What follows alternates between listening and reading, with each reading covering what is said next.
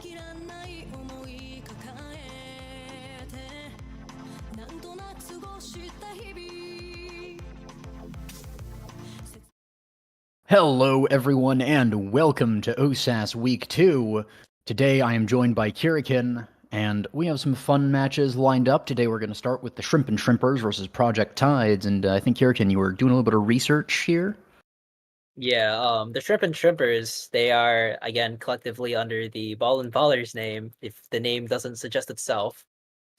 Week 1, we had, I think the Lag and Laggers qualify over on the winner side bracket, and the Shrimp and Shrimpers did fall behind, but they're our first match for today, so hopefully we can see some good action in this game.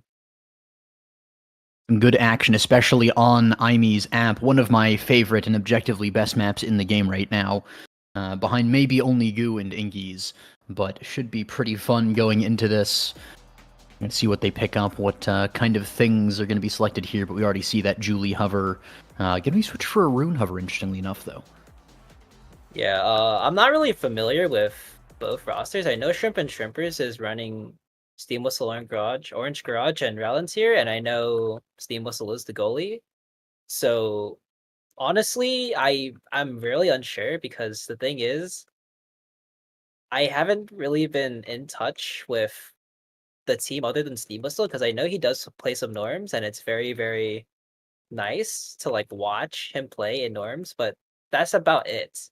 I know that Rallens here is a somewhat like not even recent, but he's been a long-term player in OSAS, but I do not know about the third one. Well, those unknown elements can always surprise you when you least expect it, so looking forward to see what comes out here. And I was reminded that the drafter is on stream. It's been a little while for me, but we see that it's going to be that spark of agility and heavy impact, which is leading to an instant Juliet ban. And interestingly enough, blue team let the Rasmus slip through, which is always an interesting one. Sometimes it's a bit of an ego play. You think you can just give them the Rasmus and you'll be fine. So we'll see if maybe that's what they were going for, but only time will tell. Yeah, the rune pickup as well. The error Mako actually, not even the an actual brawler being picked up. Rune being subbed in for the X, and as well as the Rasmus and Asher core Steam Whistle going on that Asher. I'm very certain, and again, he's pretty good on that Asher, especially on this map. AJ, I think you know a lot about the goalie picks on this map, and especially Asher. She's very good at holding it down. Yeah. Especially with that strike shot, you can interfere with the enemy a little bit, which gives your forwards a little bit more free reign to go forward. Restart with the Julie Hart being thrown out before all of the war crimes that are about to be committed here with those Atlas hooks, but immediately 4 seconds in, Wonder Barrier goes down. The Shrimp and Shrimpers off to a very strong start. I think something that the Ball and Baller is known for being pretty good, so passing that along to the team it seems, but unfortunately the Pendulum Swing does not connect. The Now arrow is a little bit late as well. Steam Whistle going for a dribble. The dribble off the center as well. They're trying to do a little bit of tech here, but it's not quite enough to get through until right then Iron Skull striking a little bit too early and Bryson getting it right past.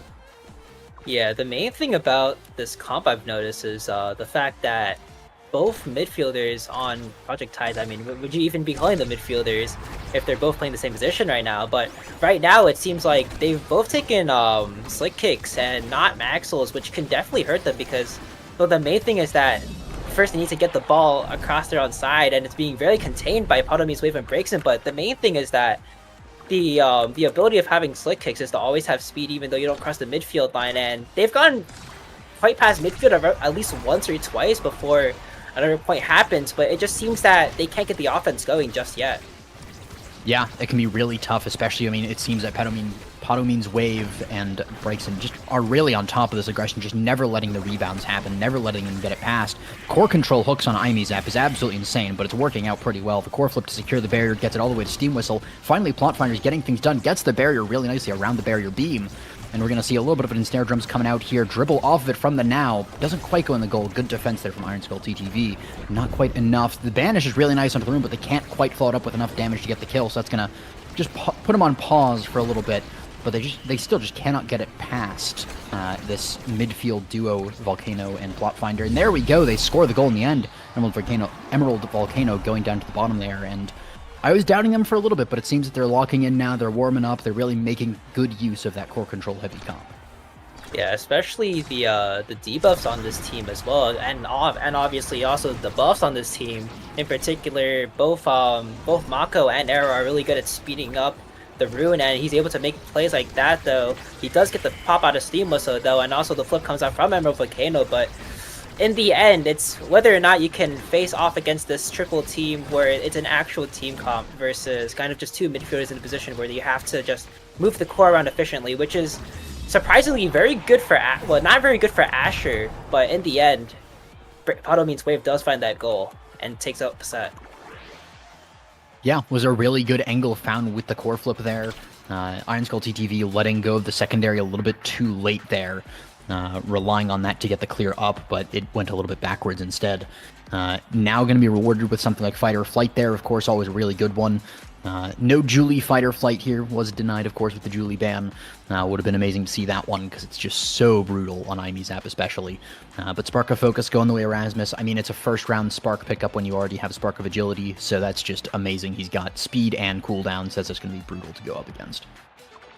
I'm surprised that Aerials wasn't taken here, even though, yeah, you need to deny size just in case Rasmus does take it over the Spark, but the big thing is that you want to just keep buffing your team and eventually overwhelm them with speed right now, as they're clearly trying to do with this offense, but in the end, it just seems that the Brawler and midfielder is working out against the double midfield, and that corner offense is looking very strong for Shrimp and Shrimpers.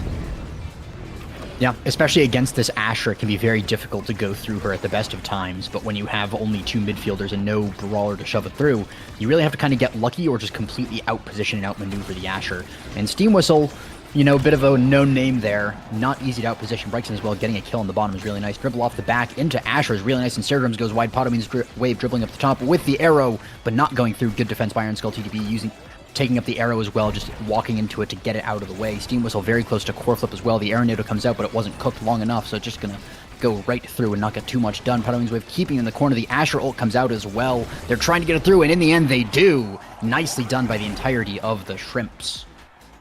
Yeah, the main thing about Breakson and Pato Means Wave is working that corner there. It's just that they had so much presence. And even though, yeah, you have a Mako and an Era and a Rune there, very good characters in general. I mean, just debuff and then you just throw abilities at them until they end up losing the offense. But in the end, I think in general, they just have a very good showing. Like the Shrimp and Shrimpers, they've been playing good so far, and they've been making the correct moves almost. Like if you can see them keep rotating down and over away from the Mako, who seems to be holding the barrier for now, it's just really hard to contest. Yeah, especially when you're dead. Good kill from Brightson onto the Era there with the hook, I believe it was, and getting the barrier off the back of it. Finally, there we go, Pendulum Swing to secure it, and just a beautiful sequence there. Played out to a T, and Pato Means Wave didn't even need to use the core flip to secure that, so that's going to be a great resource going into this potentially last point of the set. Especially with the energy that's going on so far, Pato Means Wave having a flip up, and so does Breakson. Will use it, and actually gets the barrier as well. Breakson now dribbling, and this could be very dangerous to Rasmus. He also has a lot of cooldowns to his ability, which means that he's able to flip it to the top corner and get that second, well, not second point, but second set actually. Yeah, was just a great core flip there. Got it right before it went into the ensnare drum area, so it was just able to go right through, and Iron Skull was not expecting that one, so pretty understandably, you don't always expect that to happen. But now has the option now of Among Titans, Twin Drive, so many. There's going to be the Twin Drive denies Mako as well, is a really good one for her. Built different on Mako as well, and potentially Ad Rush. Going to be the extra special on Rasmus, a little more reliable than the Ad Rush for the cooldown, and pretty good. In general, Shrimp and Shrimpers have this entire draft on lock. Now with the extra speed as well, Pato Means Wave has been keeping Breakson basically on buff the entire time, just letting him be able to just move around more efficiently and mix up the Mako, which he has been doing so far. But we need to see Pathfinder and Emerald Volcano just have some sort of connection, because currently right now it just seems that they're just being stuffed up by the amount of just core control by the other team. Good defense there as well from the Shrimps, though.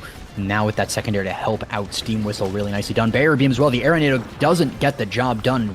Again, solid defense from the Shrimpers there. Plotfinder almost dying, but not quite just yet. The core flip comes out, denied by another proximity drone from the Now.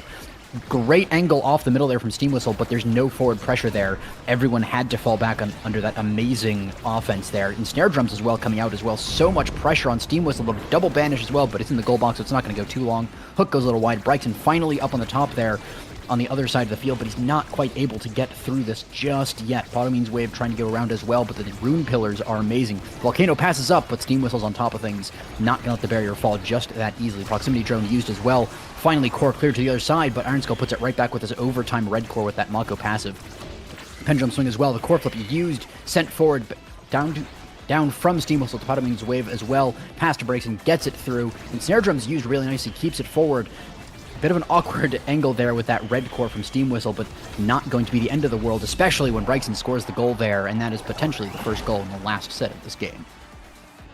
Yeah, the corner offense from Pathfinder and Emerald Volcano was looking so well until you realize that Asher is very good at holding the corner, even without her abilities, just because she's able to win a lot of the strike wars just by kind of just being there and being able to use secondary win strike wars. But unfortunately for him, Pathfinder does find it off of a missed strike shot. Maybe that's what they need, because in a very, very open goal situation, Asher isn't really that good at defending, which means that in this double midfield comp, especially with a lot of the buffs and speed, you're able to just be able to quickly just get it past the Asher just in time. Yeah, you can see Steam Whistle playing a lot further up to just keep it away from that open goal, because if it comes into that 50-50, Asher has a couple of tricks up her sleeve, but not all that many. Great interrupt on the dribble there, though. Plotfinder going for it in front of the strike shot, a little bit greedy. And a great behind-the-barrier shot from Breaks in there. Going to go forward towards the Asher, but it was a bit of a slow core that time, so not going to get anything done there. Plotfinder trying to keep it forward with Volcano as well. They cannot clear it. It's going to be the Project Tides taking their goal and potentially turning the tides there. Potentially beginning a reverse sweep, which I do always love to see.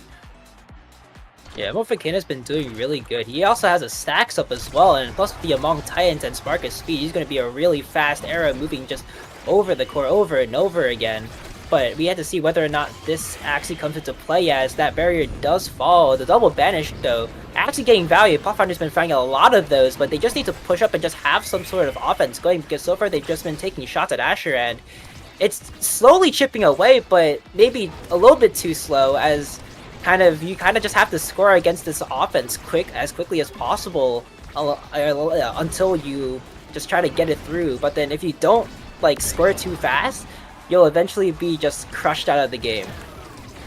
Yeah, but you can also kill the opponents. Never mind. Steam Whistle, a great downtown shot there with the core flip, saying doesn't matter if it's 2v3, doesn't matter if it's that negative power play. You may have killed Rasmus, but used so many abilities to do it, you have nothing left to stop me from just walking up, pressing core flip, striking it into the goal. Beautiful find.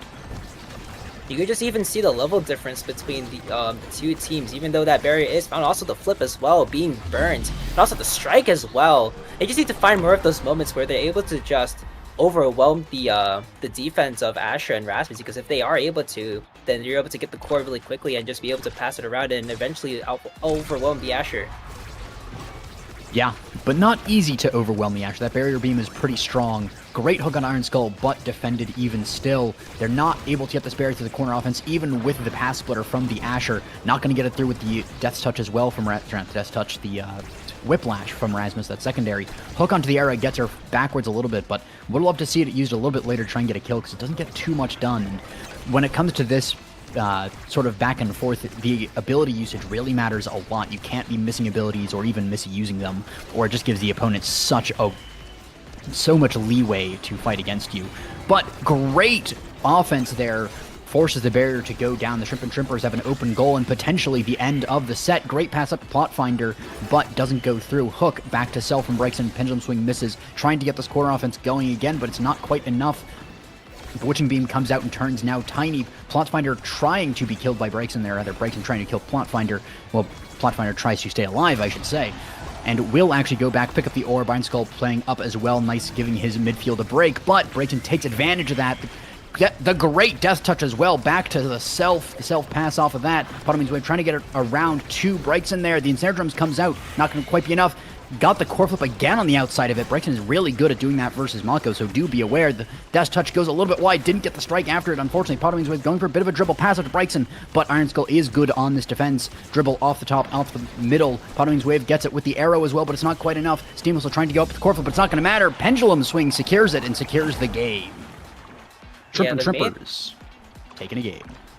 Yeah, the main thing was kind of just Iron Skull losing that barrier there. It was very unfortunate, and he had to just play the scenario a little bit more slowly, in my opinion, because when he lost the first interaction, he immediately popped Mako's secondary, which allowed the core to go right past him, and in the end take that barrier. And again, on this map, if you're playing a melee goalie, it's very, very easy to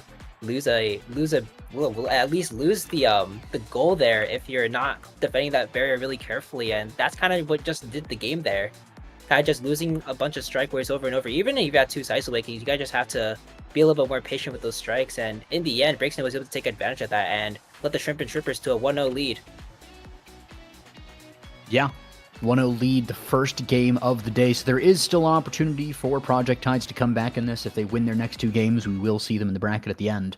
But not exactly an easy journey to go through. You do have to go, and it's a lot of pressure knowing that if you lose that second game, it's not going to be as easy to go through. But looking forward to see what they can do. Indeed so, and I wish both teams good luck in their next 2 games, but that is all for now. Next map, I don't even know what it is, but hopefully we'll see more competitive action in Week 2 of OSAS. See you in another round.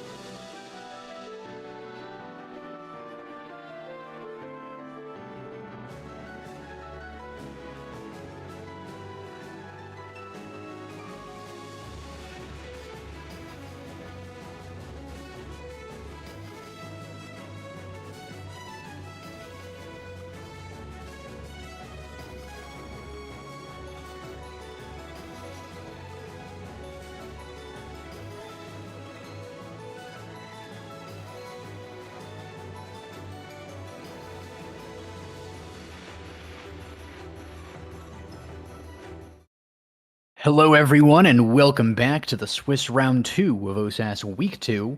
And should be a pretty fun game here. We have It's Cooked versus Chikara Clinkers, and I hear that there's some lore about these teams happening. Oh yeah. As you guys already know, probably, Jakara Clinker is back for another season of OSAS. Didn't qualify this week, looking to make an impact this week. Wow, they didn't qualify last week. They make a hope and impact this week, hopefully. And on the other side, though, we have two familiar players. You have Eighth and you have Strages. Strages and Eighth played last season as a midfield forward duo, but now Strages is on goalie. I think in particular, he's very comfortable with playing goalie picks on this map, as I've seen probably once or twice if I was in VC with him. And I want to see how he plays this out, because the picks are very interesting. Yeah, it is kind of weird to play with the sort of midfield rotation, seeing what kind of characters everyone plays. But it should be pretty interesting. It looks like we might have that Mako with a Rastel forward going on. And that'll be pretty sick. Always fun to see that one going on. Of course, a very good Kazan ban. I mean, you see that rapid fire, and it's just kind of pain. And then on the other side, Chikara Clinkers, they saw the Kai. They saw that Strages has played 20 games of Kai, which is about 20 games more than anyone else. And then they just instant banned it, especially with that rapid fire. Yeah, maybe I'm a noob as well. Apparently, Eighth is also playing midfielder this season, so they kind of just like moved everyone back and then put Laplation up in forward position. I'm all for it, honestly. But we're gonna see how this new team can deal with the old standard of OSAS. Yeah, should be pretty fun to see this game come out. A little bit of a standard team comp on both sides, I would say. Nothing too surprising aside from the position of the players, but the position of the characters seems to check out pretty well. Nice start there for the Clinkers. Much as I am loath to go and root for a Chikara team after our history in OSAS, but no bad blood with Chikara Clinkers personally. They seem pretty solid all around here, and they've got off to a pretty good start. Not quite able to secure this second barrier, which of course is the story of Oni Village. It can, rotate around a few times, but there we go. Vic Hook or Vic Blade gonna secure that second barrier. Open goal here, but they lose one on the return. Laplacian trying to go forward here. Hits it into a slime, though. Gets it over to Vic Blade. Great defense by Strages, though. Has that primary charged up just in case something funny happens, but is going to be able to get the clear in the end. Yeah, on this map in particular, having one barrier is basically just having a barrier in general. Basically on like every single one barrier map. It just kind of plays the exact same way as every other map does, where you just play one barrier until the very end. But on this particular map, it's just really hard to get to that one barrier, but if you're able to get through both of them, it becomes a very easy scoring position as Vic Hook finds the first goal. Yeah, and kept the core flip through all of that, so it's a great energy lead going to this. There's a lot of ways to get a double barrier off the bat when people aren't expected. Maybe the goalie's out of position a little bit. But they actually lose the barrier first this time. Get one on the back, and we go to that classic diagonal Oni Village map. Great core flip, though, through the Mako secondary, but returned by the Rastel combo there on the other side. And now it's open goals on both sides, and it's looking a little bit more even here. Ooh, Vic Blade a little bit too early on that secondary there. Didn't quite get the connection he was looking for in there. Great core flip from Estelle, but doesn't actually go too far. Great interception by Swift Deity. And everyone going rapid fire here. That rapid fire not really working out as the Atlas doesn't connect with the astral projection, but everyone going rapid fire here. Fun fact, I didn't know this until literally last week, but sometimes the Awakenings can, like, since it was a Stagger Swagger and Rapid Fire start, Stagger Swagger can still come back into rotation. And I did not know that, even though I am supposed to be knowing of everything. So maybe I'm a noob for that, but so far, both barriers haven't gone down. The second barrier going down now, and Stratus still has a flip up. That flip can be used for anything, really, but so far that one barrier is the key to getting this offense cooking, and both barriers do fall in the end. Oh, great corpo from Strages, though. Gets a kill on Zentaro and gets the clear, but Eighth at the bottom there with the strike into Estelle primary. Not the usual way of doing it, but just stunning up the goalie to make sure that it goes through. Pretty well secured there. Yeah, and even with the offense kind of just kicking in for both teams, it kind of just feels like a goalie versus goalie situation where they just have to at least maintain control of one barrier for them to work it out, and also maybe get a few kills in the process as well. Big Blade is doing a lot of damage onto Laplation. If he's not careful, he might fall. And the fact that they're running Estelle Rasmus is very good on this map in particular because it kind of just covers each other in a sense that both characters are just able to accurately put together abilities and they'll just end up working out then. And even with the Mako as well, this team comp is looking very strong. And even on the other side too, the Awakenings work out for Chikara Clinkers. Juno Rapid Fire is exceedingly strong. I mean, it's probably most definitely one of her best like Awakenings this patch. Yeah.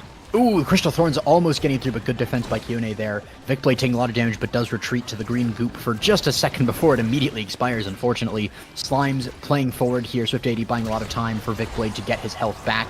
Really good forward synergy there, just being aware of your ally and what needs to happen. But Rosor from Madeline Celeste is going to be the one to send it through and take the first set here. Not quite reverse sweep, but Chikara Clinkers had that strong start with the first barrier, first goal, and that kind of got immediately turned on its head, and that's a missile prop for Mako, potentially. Even scarier is the prime time as well. If he just takes this, he'll kind of just be a complete powerhouse menace that he does, but that allows the Atlas to take missile prop, and this is kind of just like a defensive draft at this point, because you have the draft coming out where Laplacian is at the back, and there's not really much for him to take here other than probably Specialized to give him a little bit more control of the core, and maybe even to try to do some reverse Rasmus hooks. But for the most part, this draft was just a deny, as the Estelle does take up the explosive interest away from both Juno and Zentaro.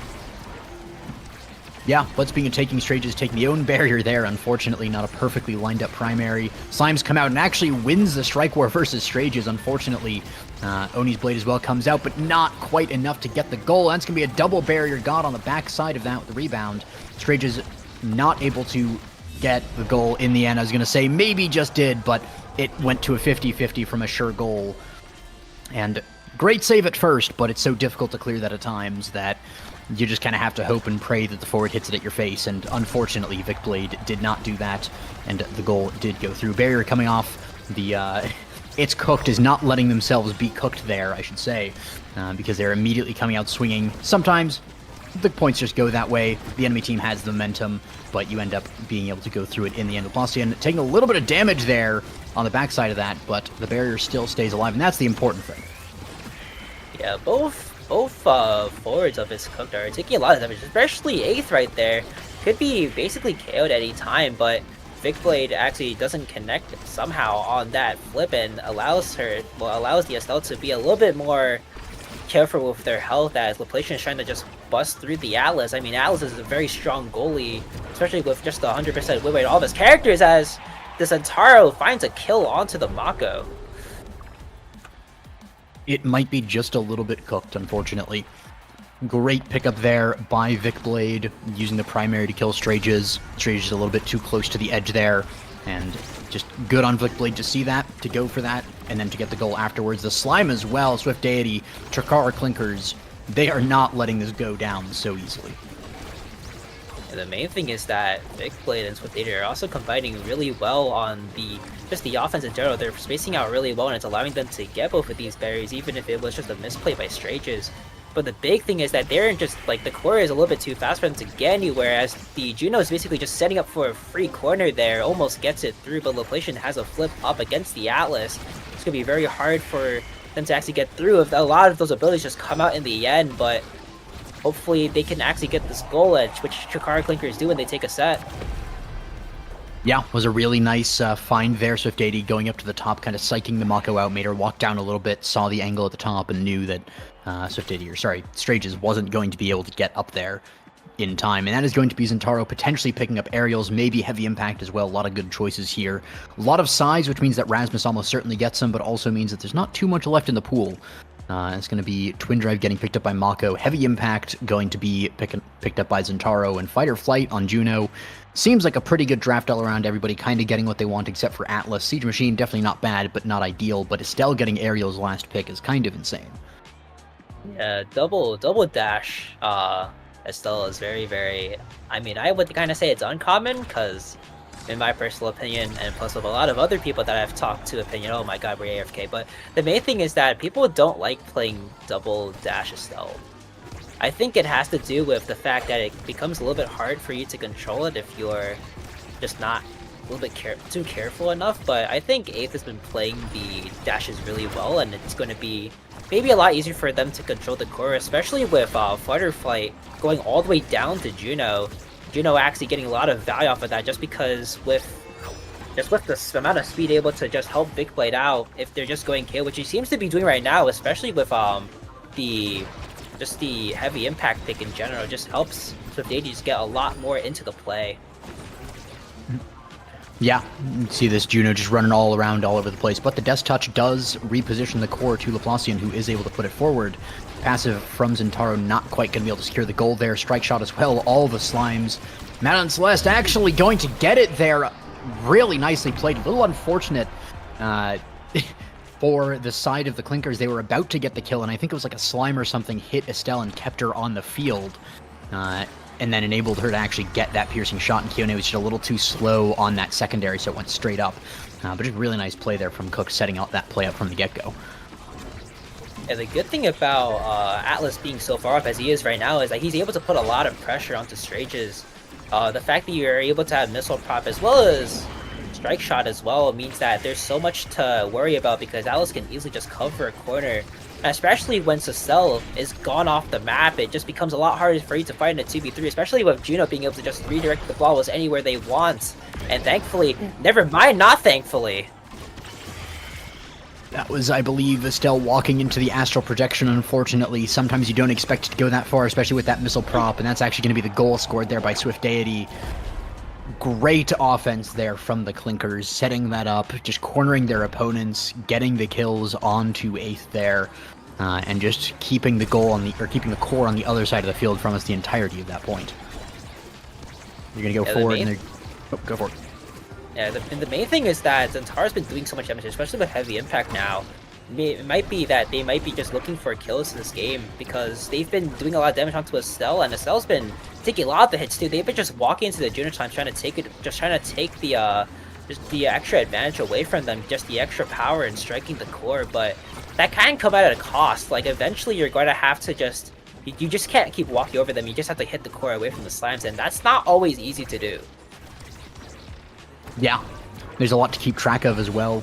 But we see here the secondary from Vicblade is really nice there. Strike shot as well comes forward, goes down to 8th, but the slime gets it back up to Vicblade, but it is intercepted. They're really going back and forth here a lot, trying to play forward here. 8th now playing up, but misses the strike, unfortunately. The core flip comes out, but the ensnare drum is great. Keeps the core locked in there for a little while, gets the clear in the end. Core flip forced out, but it is forward. The clear was completed.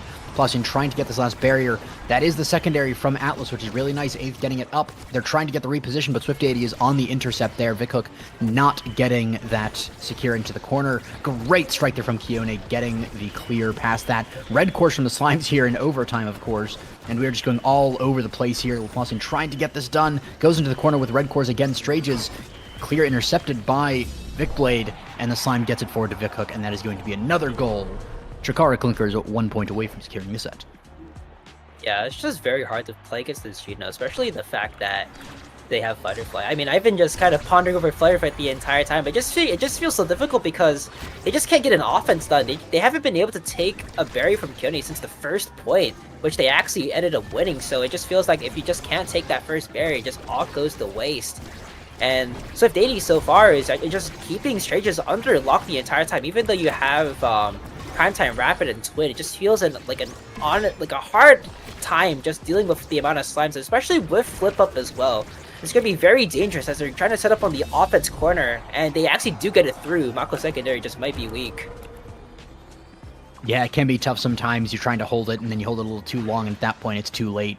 So Vic getting it through that in the first place, really nice find. That's going to be Juno. I mean, 1-2 punch, of course, is really nice. Can also take Stagger Swagger to deny. A lot of good options here. Strapjusk is even scarier. Mako doesn't really have much to choose from. I mean, you can't deny a spark.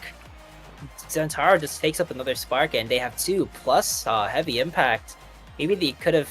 Honestly, I think either one is fine. Maybe taking Sucker Strike can just do a little bit more damage. Plus, you already have Juno adding on 1-2 effect, and you already know that Estelle is trying to step on those slimes and try to get a lot of the pressure away from Strages, which they have been doing, but it just feels a little bit too hard to do.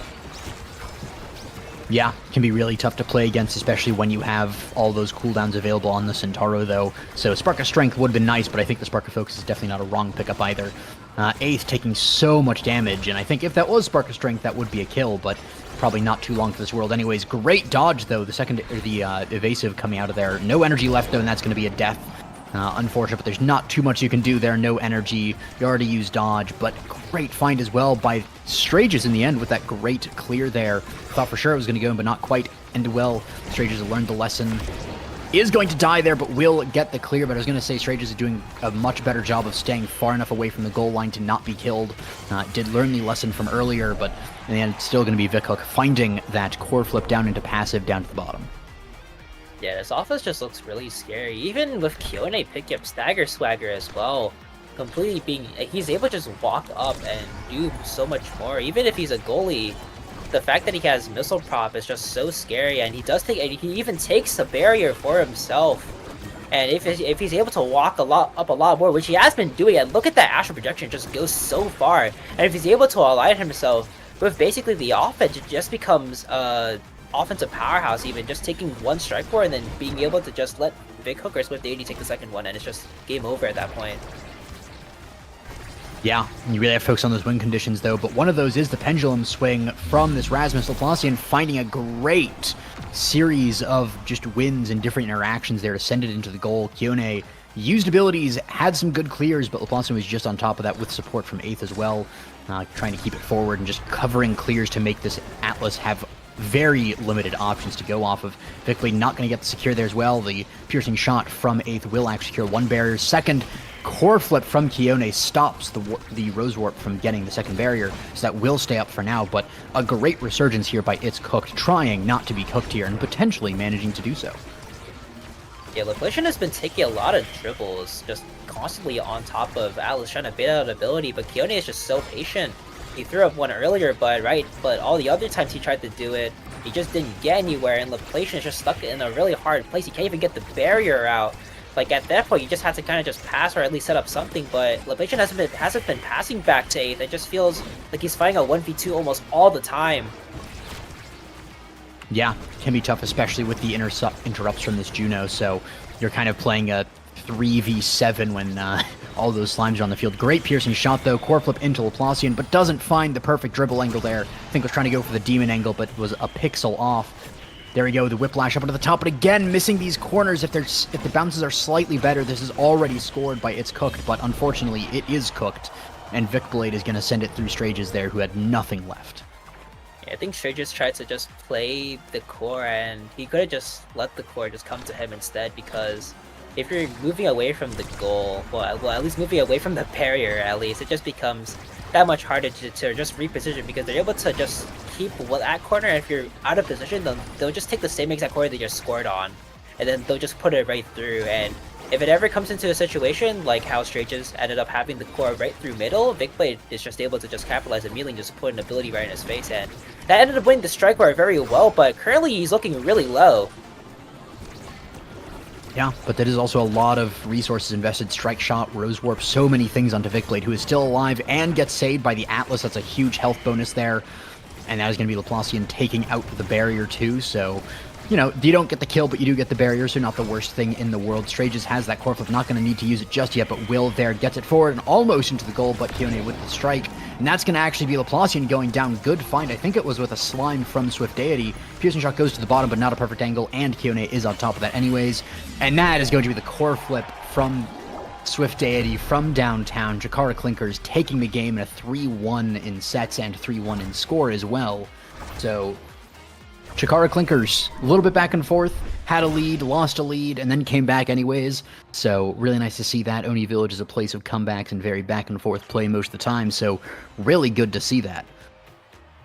Yeah, comparatively to the rest of the roster, if the stat screen is pulled up, 8th only had 99 redirects. Not really like a truly big number as a midfield. As a midfield, you would want, I think you just double that amount, honestly. Just double the amount the forward has, and then there you have it, just be a regular game of Oni Village. But 8th didn't really have any presence. They scored 4 goals, but those 4 goals didn't really win them the game almost. It just felt so off. But in the end, though, Swift 80, Vic Hook, and Keone, I think they just, I mean, Oni Village is just a very good map where you just have to play to your team's strength, and that's what they did, and that got them the win.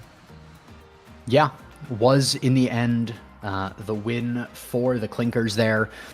Good try, though, from It's Cooked. And, you know, there were 4 goals on the Estelle, so that was pretty nice to see even still. So a little bit of different priorities at times, but I think in the end it was still pretty good.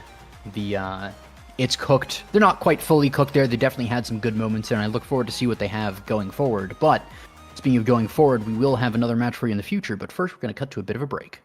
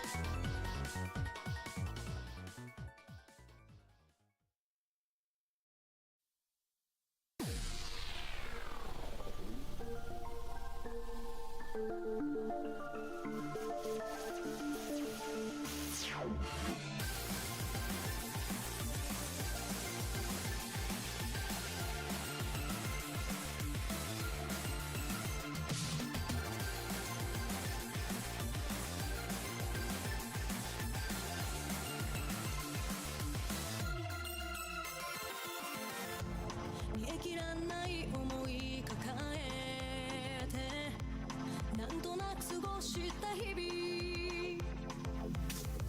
説明のつかない感情難しい言葉などいらないと気づいたんだ茜に染まった過去と今をイエスしたんは修練の炎と心とも魂を燃やせ尽きない命と共に奴を道連れに最高のシャボタイムこの世の終わりが不死の呪いどちらかが勝利を収めるこの炎は消えない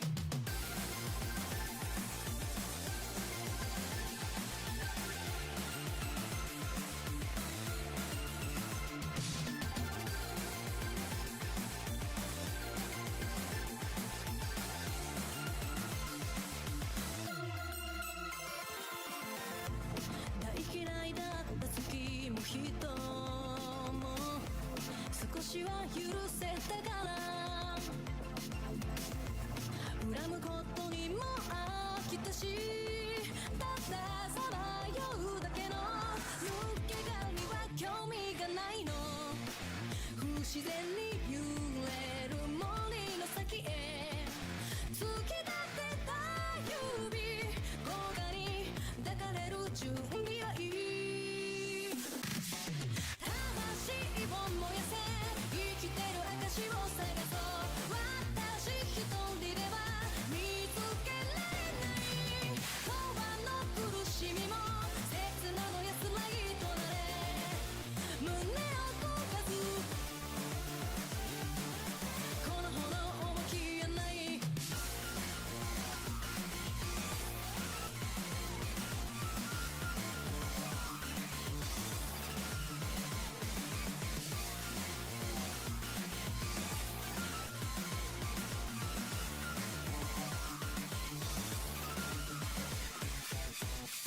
魂を燃やせ尽きない命と共に二人ならきっと分かり合える聖なる裁きか気まぐれな戯れかはどうでもいいや魂を燃やせ尽きない命と共に退屈しのぎに最高のシャワータイムこの世の終わりが不死の呪いどちらかが勝利を収める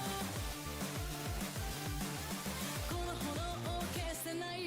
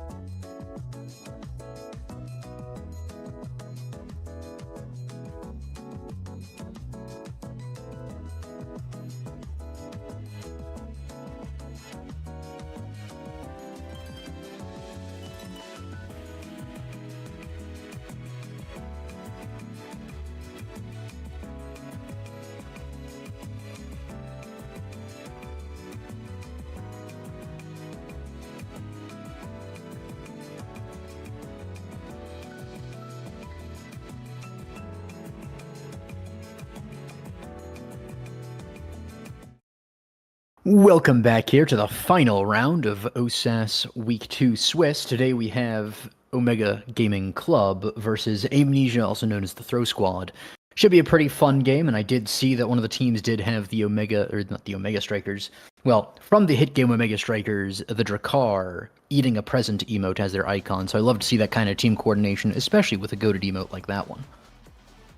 Yeah, both of these teams, I think, have a bit of lore behind them. I think I remember Takoyaki Burb, Golika, and Capsmil playing last season. I think they also qualified for finale, so this is a very big showing. On the other side, though, Kenny Wax Carts and Horse Owner. I've seen Kenny Wax Carts sometimes during my norms queues whenever I'm free, and obviously Horse Owner, Jabberwock, my goat. He played in Launchpad with me, had a pretty good performance against teams that we maybe should have lost against, but still he played pretty good. So I'm excited to see a very fun matchup for him, especially on this Psycho Temple game. Yeah, and of course Taiko Temple is a very fun map to play on, especially with that 1-2 punch. A lot of core speed going to be happening. Game can flip on its head in a half a second, so always got to keep on your toes. So should be pretty fun. We're also one away from a Canon team here. We almost had the Mako, Octavia, and Vice, but we do at least have 2 of the 3. And then on the other side, of course, we have Restel and Juno, so that's a pretty fun, pretty core control heavy comp there, versus a lot of kill comp. There we go. Captain Smittle being the first one to draw first blood there. Really nicely played and picked up there. Juno off the field for another 4 seconds, and a barrier has gone down. Mako playing super far up as well is really nice, getting 2 barriers off of 1 kill. They lose 1 on the rebound, but that first barrier mat is a little bit less than the 2 you just took. Yeah, the very scary thing is that they let Captain Smittle get Asher. Asher is a very, very scary character. Well, just a very scary character on the map in general, because the fact that you're able to just throw a primary and then boom, the barrier becomes completely gone and your entire team just exploded right there. As we're kind of just waiting, I think. Captain Smittle getting AFK a little bit there, maybe overheated after whatever he just did to those 2 barriers before.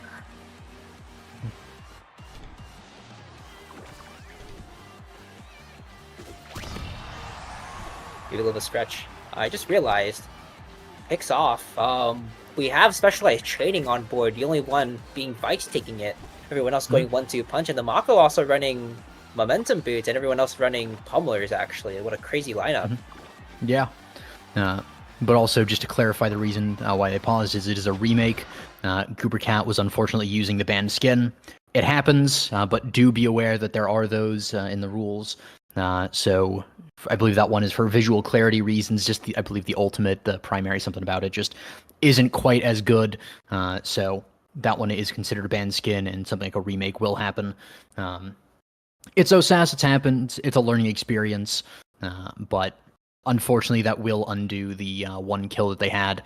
So a bit of a boon there for the other team, although you never really like to see something happen for the rules reasons, but that is the rule, so it will be upheld, and we're going to be back in the game before too long.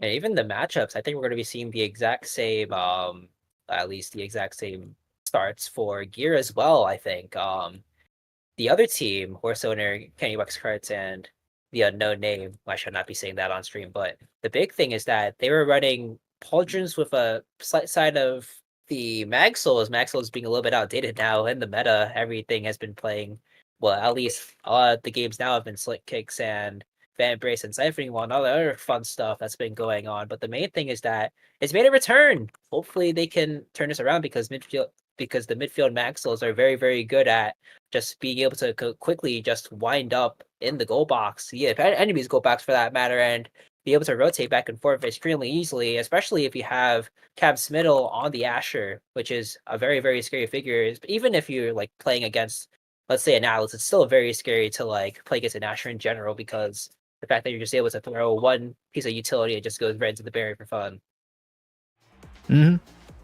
Yeah, always got to watch the usage of the abilities there. But we do, of course, have the game launching back up again this time. Of course, it's going to be the same draft, same things there. Just because it's the remake, we at least have the tools to be able to make sure that everything is the same, so that's pretty nice. Although I do think perhaps the Omega Gaming Club might be a little bit more leery around the edges this time around, with the forewarning that potentially they might get KO'd if we see something like that happening. Julie ban thrown out there doesn't really impact the pick ban there, so I don't think that's a remake or anything. But it was a Kai ban officially on the drafter pick, so if you're wondering, then that's the way that it goes. I think we're still waiting a little bit. I think the main reason for them banning out the Kai was just because of Jabberwock. I think they just saw that he plays just Kai in general and decided to ban. And also, I think they just banned off Goobercat Taimi. Pretty sure. I mean, if you're playing against Taimi on this map, it's still just a very, very tough choice to be in. Would you rather be taking up an Asher or just getting glitch pump in the face over and over? Mm-hmm. Well, I mean, by banning the Aimi, they forced Goober onto the onto the Vice and got the reset. So really, it was all part of the plan. Because of course, Nightmare Vice is a pretty solid skin. I use it myself. I just have to, remember to take the skin off whenever I play that in a competitive setting. But we're going to get back into the game here. No kill off the bat this time. Goobercat actually being the one to take a lot of damage, but a great clear by Wells Fargo. Now with name presence on as well, it's another thing to be aware of. So play with name on. Great damage as well onto Juno, but taken in high spirits there with the Blobbo Heart afterwards. Teams just going back and forth here a lot, doing some damage to each other, trying to get that level 2. Ooh, unfortunate there for Captain Smittle. Put a lot into getting that kill, but there was a drum there that saved Candy Wax Carts on that Juno. But there's a lot of damage still, so there's a kill potential still on the works. A lot more damage, but still no stagger. It must be like 1 HP on that Juno, but also 1 HP on that Asher. Will be able to get that orb there, and Juno still just keeps getting tagged, so won't be able to regenerate just yet. And a lot of energy as well. Ooh, and that's going to be the kill. First blood here. Still going over to the side of Amnesia. Now, once again, just a little bit delayed there, but they're not going to get both barriers just yet. They will get the one, though. This is now time for them to bounce back almost, even though Captain Smittle looks a little bit low. If he just applies enough pressure, eventually that second barrier will fall, and that's just the power of Asher, though. Just being able to be right in the opponent's face and just be able to just do everything in the meantime while your teammates do all the work for them, especially with the 2 flips on board. But that Juno being able to have 1-2 punch in their arsenal is just such a big conundrum to face against, but that flip will do it to the bottom side. I think you just need to play a little bit more careful with KDWX cards online, especially since if they just hit overtime once, the Juno would just be able to red core very easily, as we saw even in the last game where they were just able to throw 1 Juno slime and then everything just explodes. Yeah, I mean, that 1-2 punch can be pretty brutal, so...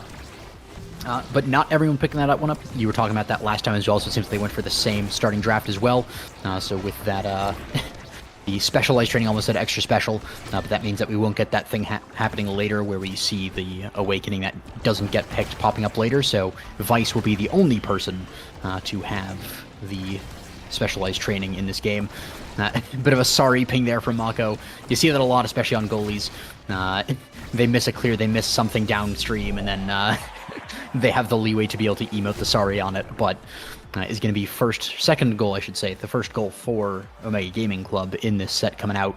But still a lot of high spirits, and of course the Drakkar present emote being used there by Wells Fargo. Do appreciate that one, is a classic, is a really solid emote. I would argue the best of the Christmas emotes, so I'm going to be rooting for them just because of that.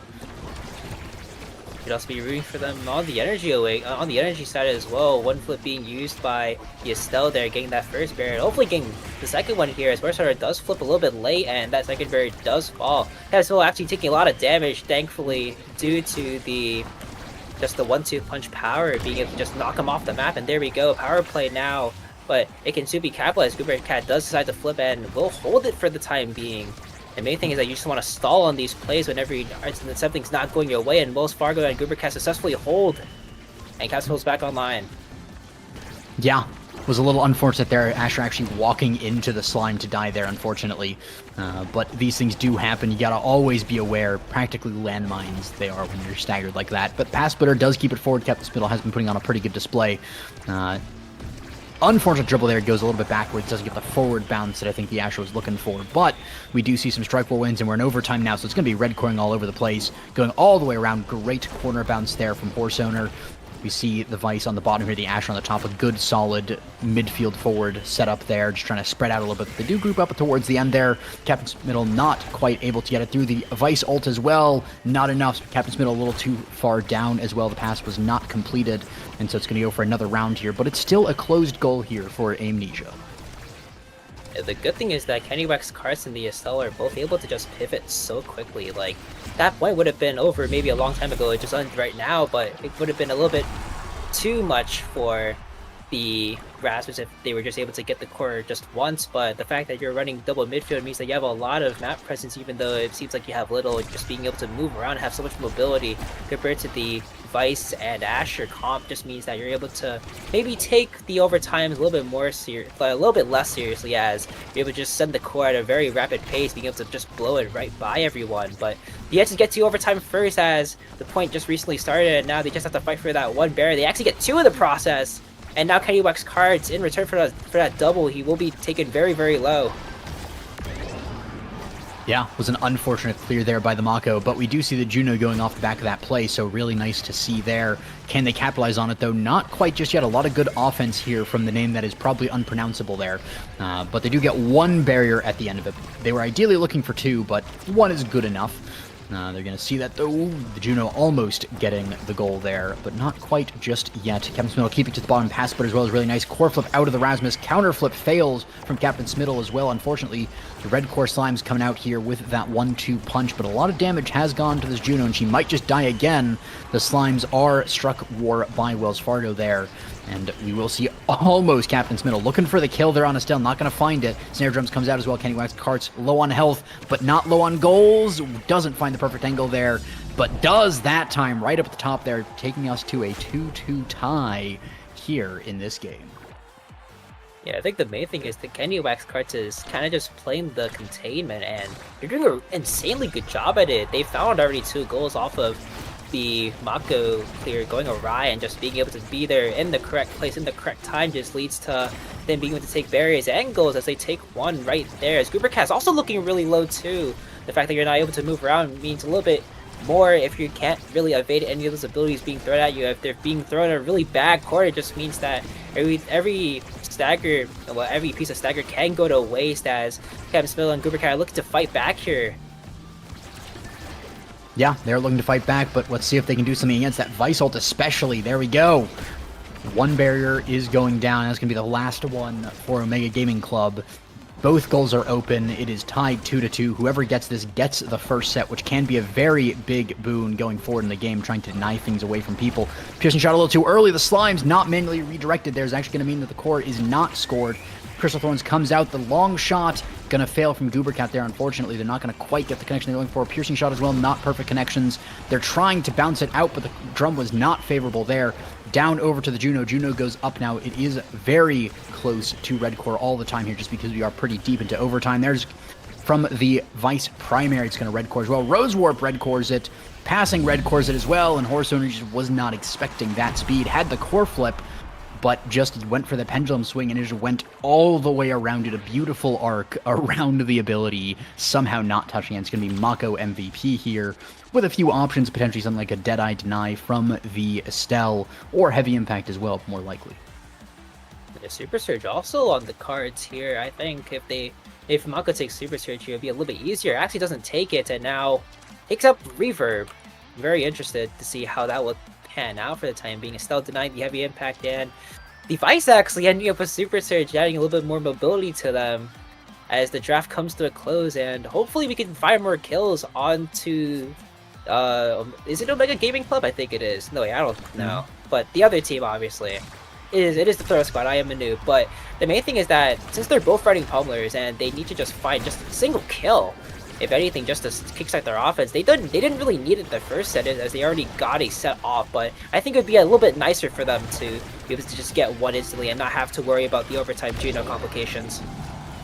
But overtime Juno complications are a lot worse if you're actually losing people on that. Great Rose Warp as well from Sertas. And we do see that that's going to be the first goal here scored by the Omega Gaming Club, who are pretty powerful on that with that kill onto the Vice right off the bat. It's looking pretty brutal here if you're on Amnesia. Yeah, even with the Deadeye take, seems like a little bit of a sleeper pick for the Juno. It just means that her whatever slime she's throwing it will have a lot more power once it actually comes in contact with the core. It just means that that 1-2 will have so much value to find the double barrier as well. And hopefully they can defend this through if they're able to see it out for the time being. Wells Fargo also has the flip up for grabs, decides to flip it out, and will get one goal, but in the price of the Vice dying in the end there, it's not what you want to see, as Kenny Wax Card tries to keep the core up and probably might have to find a pass in this angle. Wells Fargo does have a lot of abilities up. Yeah, it's been a very dicey defense here from Wells Fargo, but has been successful, even getting the barrier on the back end of these plays. Primary as well is really nice. Wells Fargo seeming to lock in here, and that is the second win, the resurgence here. Can Amnesia get through this Rasmus on the other end of it all after going through all of that? The ultimate from Vice is used. We do also have that core flip on the Asher if it ever gets to her, but there's so much interference. Not even going to be necessary, though. Great Barrier Beam catches the core and sends it in while stunning the goalie. Kind of doing everything you need all at once, and, well, it was very dicey for a little bit, and there were some kills happening. Unfortunately, the Omega Gaming Club was not quite able to capitalize as much as they wanted to. They got the goal open, but they just couldn't get through Wells Fargo. Yes, walking up there is so important, as they also find the kill on Kenny Wax cards as well. I think he has 2 prize fire stacks now. I am correct. As long as the Asher is just able to just stand right in front of the base of anyone, really, it just means so much pressure will be added onto him as Cam decides to back up, and Goober Cat's left alone the offense. Unfortunately, doesn't find the barrier, but it means that Cam Smittle will be back there. Somehow loses the barrier, but as you said earlier, it's been hard for them to really find anything as a double midfield. Even though they do have the pressure to take the barriers, they just need to have that one singular moment where they can just find the goal. Yeah, was a really nice interception to get that double barrier. Kenny Wax Carts just able to get a slime at the perfect timing there. Great bounce off the middle.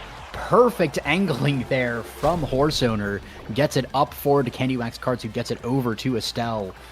Just really nicely played there with so much speed. That is kind of the big thing here with those drums, with the 1-2 punch, but, you know, both your midfields, because you kind of have two if you're on the Omega Gaming Club, you have one midfield that has 1-2 punch and heavy impact, and the other one 1-2 punch Deadeye. Doesn't matter, though, if you have an Asher that has 1-2 punch pummelers and 2 stacks of prize fire that just gets to walk up and kill your goalie while scoring the core. Yeah, even with the energy advantage on Amnesia, they have a core flip up on Goober Cat, as well as basically 2/3 up for both Wells Fargo and Cat, so this could be a very, very exciting play, as we can probably see them maybe use it for any offensive gains, as they use it one right there, tries to get it through, unfortunately doesn't find it, but it does kickstart the offense a little bit. If they could just find a singular moment where they could just put the core, just get Asher the core and be able to shove in the corner, it could be game over really quickly as Horse Owner. Will be also taking a lot of damage because he doesn't have his recovery drone. He also lost at last point, and also the fact that the Asher has 161 power is just a little bit mind-boggling. Yeah, but they're not quite able, even with all that power, to get the kills that they want. It's going to be a dead Juno and a dead Estelle. Nice find by Goober Cat there. Able to use that Vice ult just to a T. You always love to see those double kills like that. So rare to have that happen with dodges and everything available, but that energy advantage really kind of just won it for Amnesia. When your opponents don't have the energy to dodge and you just kill your opponents, and then Captain Smiddle just puts it right in there at the end. I mean, really well played all around, gotta say. Yeah, what can do, especially when the Asher has a lot more to choose from. Rapid fire, stacks up on the board as well. Could help with the fact that their offense hasn't been kickstarted unless they have a kill, but actually goes for the ad rush instead. What an egoist play.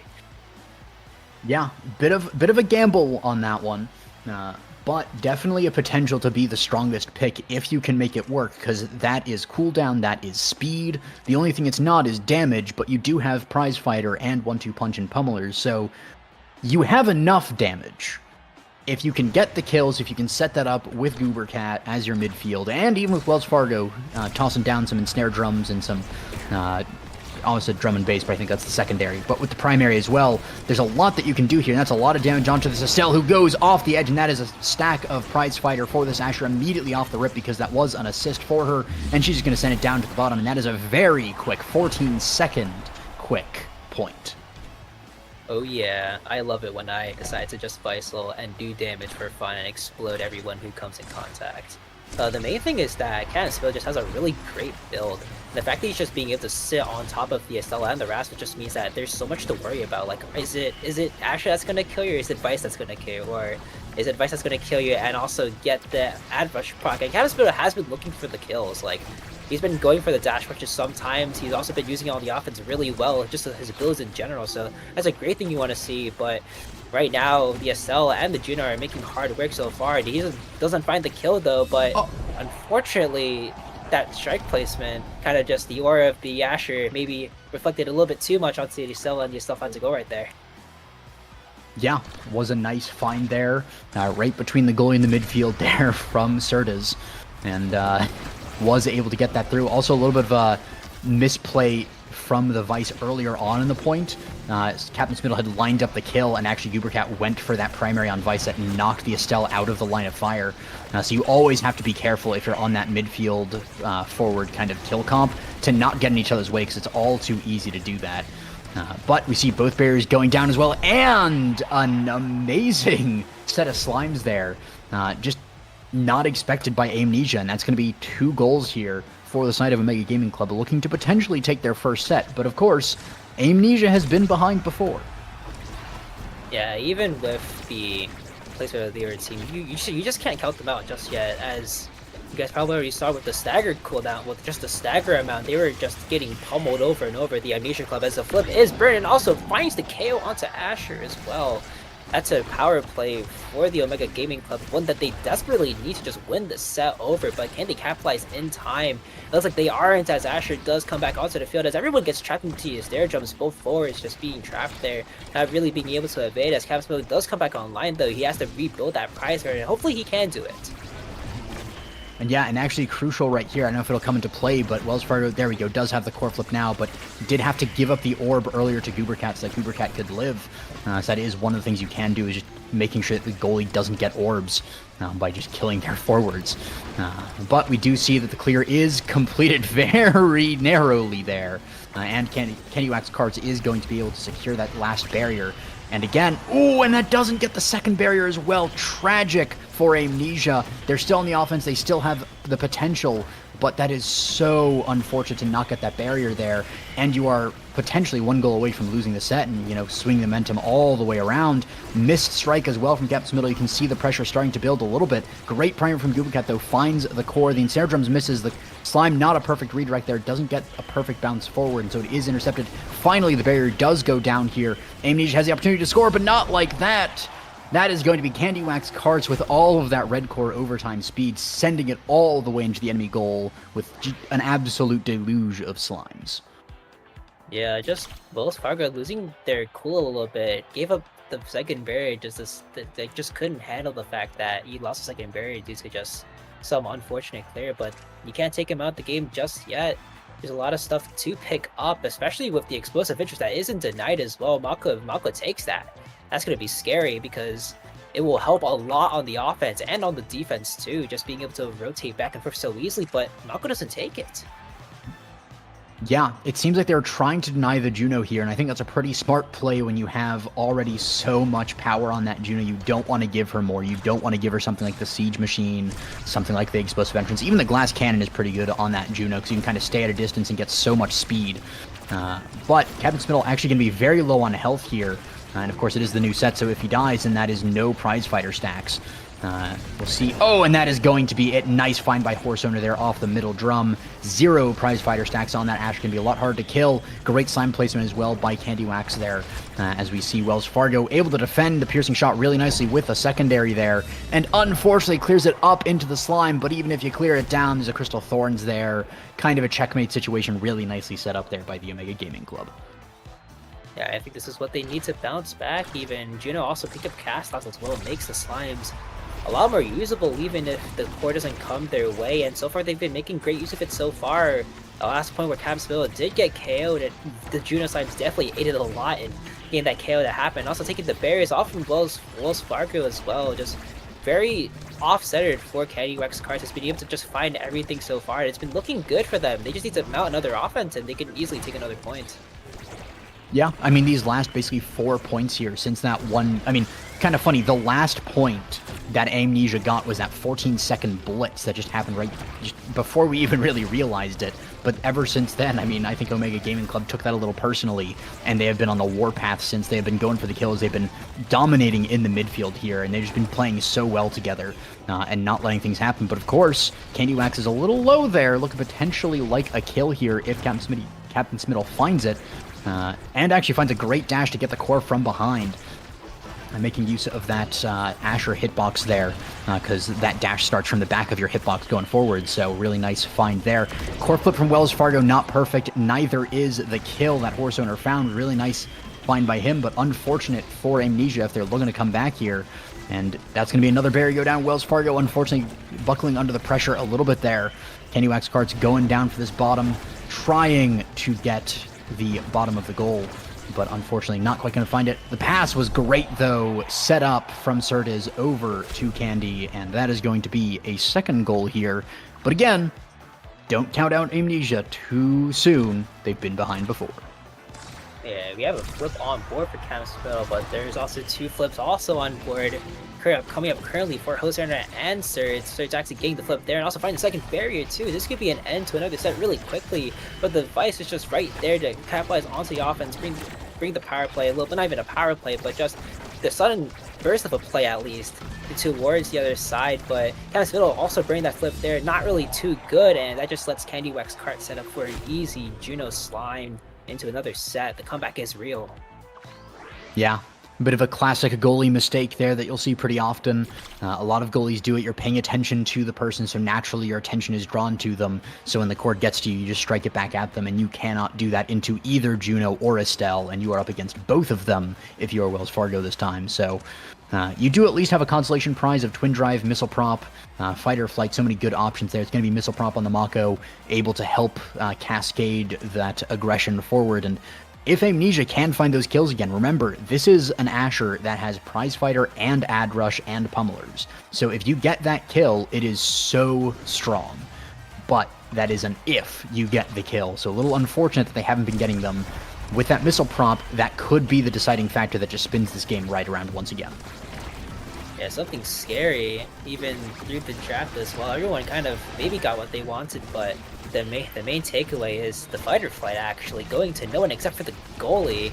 Kind of unsurprising, but it does let Horseman capitalize on a lot of the stuff that he's been missing out so far. There are a lot of times where he's been just a little bit too much checkmated, and he just gets locked in by both Asher and Vice. But hopefully that comes to a close very quickly. He's been able to pick up Butterfly, and now actually has a lot of room to work with, especially since Hospital is very low, somehow damaged by all of the util that Juno and the Estelle has been throwing out. There we go, a kill finally. That resets his prize fire stacks, and that's what happened last time. He lost his prize fire stack, he just couldn't find a kill, and that might do it if Omega Gaming Club can actually pull this off. But that double barrier isn't something that you want to see so far, as Campbell does come back online, and Candy Wax Cart's also not really looking too good in the stagger department, as he's basically got hit once. And if they can bring this point to a close, it just means that Candy Wax Carts is free for the picking. Yeah, but Candy Wax Carts is able to stay alive and regenerate a fair bit of health there. And I mean, it was also so tragic there for Captain Smiddle. Almost able to get the kill, but without the extra power from that prize fighter, wasn't quite able to get it. And now we see Juno back full HP, and once again this Asher is half HP. So much aggression coming from the gaming club here. That's going to be a great ult there from Vice, putting a lot of pressure on, but the barrier does go down in the end anyways. Slime not enough to get through just this time. Great core speed there from Mako. Almost tripped up there, but does actually get the defense in the end there. Had enough speed to go back, but the core is doing another round here. Juno takes a lot of damage again, but so far neither team quite able to get through. But there's a lot of stuff happening. The core almost goes in, but not quite. Wells Fargo is a lot more on top of things at this point, is starting to feel the pressure there. Now you are at the last point. Whoever gets this one, you know, you had a bit of a lead earlier, but this time it's going to be the Omega Gaming Club 2 points away from the game, when earlier they were 3 sets away. They had nothing, and Amnesia was so very close. Yeah, now Kenny Wax Cart just kind of has the God Juno build, it feels like. Just even with Prime Time, just feels so hard to do with the Juno, especially with the amount of stacks he's just been getting as well. 144 onto the Juno just means that if they get 150, there we go. That means that Juno will be moving at Mach speed, and especially with the Estelle finding just insane passes, insane angles, that it's going to be very tough to at least get the core away from Juno right now, as the Juno is looking to fight to try to find the goal, but they haven't been doing so far anything, as Amnesia has been just locking down the corner right now. It just feels so oppressive. The Asher just coming back to bite them, especially even though with 0 prize fire stacks, they've been just trying to aggress over and over. I think that's a good thing, but not a good thing if they're being put really low, as Goober Cat has to push up on the offense now. Yeah, it can be a very delicate balance there indeed, and we have, of course, so many red cores as well, so you might be able to rotate a person, but their core will always move faster than a person. A little bit of a hold here by Wells Fargo. Almost a mistake with Crystal Thorns, but does navigate that successfully. Vice ult, though, is going to whiff, and that is going to be another goal here from Candy Wax Carts. Just a little bit too much leeway given. Amnesia was trying to buy times that Asher could regenerate some health and get back out there, but they gave their opponents a little too much time to set up, and that is the one thing you cannot give this midfield-heavy comp, because if midfields have infinite time to set up, you know, the classic how much prep time do they get meme, then they will win 100% of the time because they will just outmaneuver and outposition you. Yeah, even the energy department right now, Candy Wax Cards, even though he just decides to evade that one instance, still means that Zerds and Horse Owner have a flip up. Thankfully, Captain Smith does deflect it for Amnesia. A little bit of a sigh of relief right now, but Captain Smith not really breathing a sigh of relief right now. He's basically really low. Could easily be hit by Horse Owner, who has 171 power. That's a very scary response you don't want to deal with, and if he could just win one strike for it and miss all the chaos that's going on, that barrier will be falling, and there we go, the core flip being used, and hopefully Gruber Cat can hopefully kickstart this offense. She's been playing the forward position so much and so often now. I wouldn't consider her a midfield at this point, but it's all the Cat Smith just send it right in as he finally does with the Asher secondary, and you can't count Amnesia out just yet. Mm-hmm. They are very close to being out, but not quite just yet. Would have been great for Kent's middle there to get the kill on the Rasmus. We can't be too greedy. They at least have the goal, and that is a massive mental reset. I mean, when you're on a losing streak like that, you've lost 5 points in a row after an absolute killer point and a killer start, it can really get to you. So seeing that will maybe help these players to reset and get back into things, help to refocus and say, you know, maybe kills aren't working, maybe we just need to refocus, do things a little bit differently. So always nice to see teams how they adjust after that kind of thing. But we do see the open goal once again here for Amnesia. They're not quite able to get that blistering start they had a while ago, but they do get both barriers down this time pretty early on. That's going to be a kill, and that is once again a prize fighter stack on Asher. The mental reset might be complete here, and it might be an Amnesia game. Of course, we're not out yet. Neither team has won, but this next point will decide it. It's going to be a very heavy blitz right now. Gruber Cat and Cap Spittle both actually basically coming up on flip. Basically, we'll have 2 flips online if they can just get 1 to 2 more strikes in. Hopefully that can happen, and we can maybe see the 14-second blitz we saw before. They ended up giving up 2 sets, but hopefully we can see it happening. Cap Spittle did get that 1 prize fire strike, means that whatever killing he has been doing before, it might just work now, and the offense is going to get started right now. The corner offense getting drilled in, that first flip being burnt, and will be traded back for a life of return, but he ends up dying as well. It's a 2v2 now, and Gruber Cat does have the flip still. Will actually use the charges to keep the offense alive for the time being, but that prize for stack is very dear, and now with basically both people coming back online for now, it's a very, very heated set 5.5. Yeah, 1 barrier down on each side, and crucially, Captain Smith did get the assist on the 1 kill there, so it is still 1 prize fighter stack. Didn't lose both of them on that death, so not completely reset there, but definitely not where you want to be after picking that up. You want to have that stacked at 3 as soon as possible. And Cupcat works. Not quite going to get the barrier there. I was trying to set it up with the Estelle as well. Vice trying to use the primary just to buy a little bit more time. And there we go. Great teleport. Takes the Rasmus by surprise. Missile prop as well from downtown. Red core speed. We are in overtime. The core is going to be very fast here. Great core flip forward. Piercing shot as well with the pass splitter. But the drum rebound there. Horse Owner finding that really nicely. Serta's intercepted, and a great downtown shot from Wells Fargo. Mako with that missile prop is going to be the one to score that final goal. And what a surprise with that boo from Captain Smiddle, I think is quite fitting there, because you never expect the downtown Mako primary, but you always have to, because it'll get you. And unfortunately for the Omega Gaming Club, it got Horse Owner this time. What a game. Yeah, even considering the KOs on both teams, it just felt really even. 8 KOs apiece for both teams, as Candy Wax Cards does take 10 goals. It just felt that even though they had 170 redirects, it just felt like they were almost always in control of that game, especially with the Juno being able to just redirect wherever you feel like it. And the Estelle held up really well. So it's just passing the core over and over, just procuring the rock, and it got through. It was a really good job by the Estelle. Yeah, really good job from both teams. Unfortunately, I believe that means that Omega Gaming Club will not be joining us in the bracket this week. But we will potentially see them in the future, and I think they have a pretty solid chance at that. One of the advantages, of course, to qualifying later is that you have more prep time, because a lot of the times people will go through and they'll qualify early on OSAS, and then they'll just kind of sit on that for a while, rest on their laurels. But I'm looking forward to how the Omega Gaming Club takes this loss and goes forward with it and learns from it, because they have a lot in store for us in the future, I'm sure. But we will also have a lot in store for you in the future, because we do have some brackets coming up. We will be switching out here in a little bit, so we're going to cut to a break. But when we return, it's the brackets.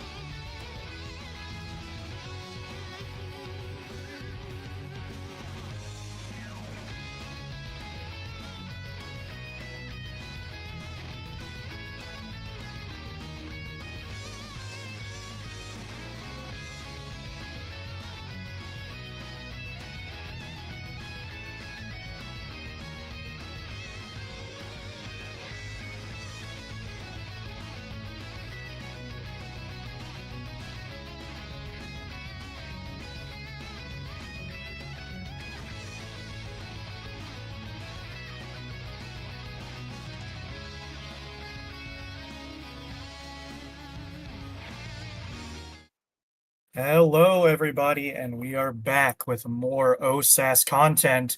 Too soon, once again joined by P-Flare here, and we have two familiar faces. Well, teams, I should say.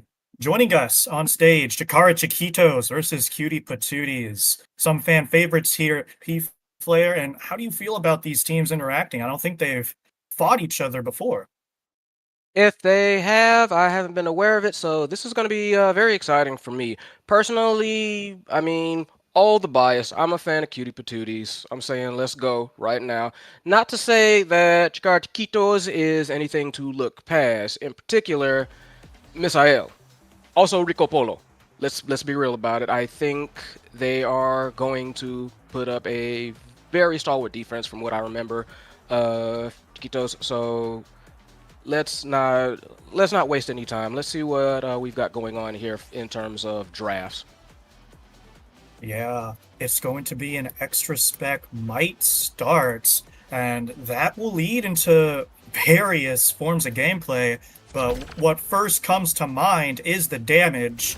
I mean, Might of the Colossus with the scale, and it's a lot of power if you're able to grab some size, and depending on the old extra special, that can increase damage output as well. And we already see a Vice being picked here, right? Dubu as well, Asher even, all these ults, big fans of the Happy Star. Whereas on the other side of Cutie Patooties, I feel like we're going to see more Might pickups, but it's only Rasmus who really likes that size. So overall, not too out of the ordinary here for the Awakenings. Nope, not unexpected. So we're gonna get started here, and we're gonna see who manages to get first blood. Yeah, first blood, but so far it is Chikara on the offense here, and they are able to take that first barrier. Shanks, I don't think we saw him last week, but already doing God's work on that Asher pick. Very comfortable on this map with the corner offense, just being able to stuff into the corner, and it was still on the defense, Cutie Patooties, but they finally get it clear, and they're able to trade. Celestial Intervention trying to save nice claps, but unfortunately Donawall's out of position, and both barriers fall. Shinx staggered though, the damage already coming out in full colors, but it's Rico Polo holding onto that core, buying some time, buying some stagger for the brawler, and that unfortunately their play comes to a close here. Kekler trying to get something started, but denied by the Tofu Fortress as Nice Claps trying to slow play this. There's a flip right in their face, and Donawall, a nice projection to prevent Rico Polo from getting anything started, who's looking very staggered, very hurt, and almost dies. Does it there. Nice whiplash from Keklord. It's a power play now for Cutie Patooties, trying to get the second barrier gone, but they're not able to defuse all these creations. They're doing such a good job holding on into the corner, and Misael very nice with the strikes. And the story so far, P-Flare, is one team has been able to capitalize and the other team hasn't. Yeah, very much. I will say that Cutie Patooties at the moment, they have been holding very well, and they've been causing like a lot of havoc already immediately. Like you've been seeing like Nice Claps and Keklord just very, very consistent on making sure that Asher does not get to play the game. And that may be the key that got them that next barrier, and that may get them the score if they can survive if they can survive this offensive attempt. Yeah, this has been the longest first point I have seen in a while. Core just bouncing around in the middle of nowhere. Misael getting it clear, avoiding the death's touch, and Shinx trying to force it through the corner. No help from the midfield, so that's going to be a fruitless endeavor. Core wandering around once more, and until these plays get a little more coordinated, we're going to see longer points like this, but a nice interception from Shinx off the breakthrough.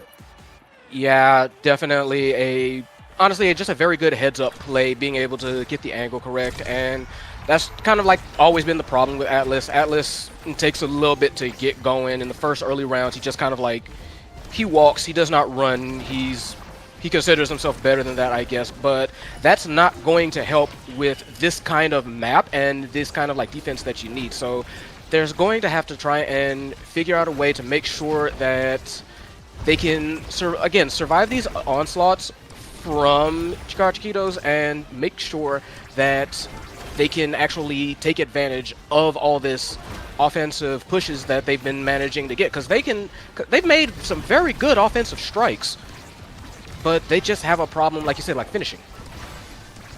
Yeah, exactly.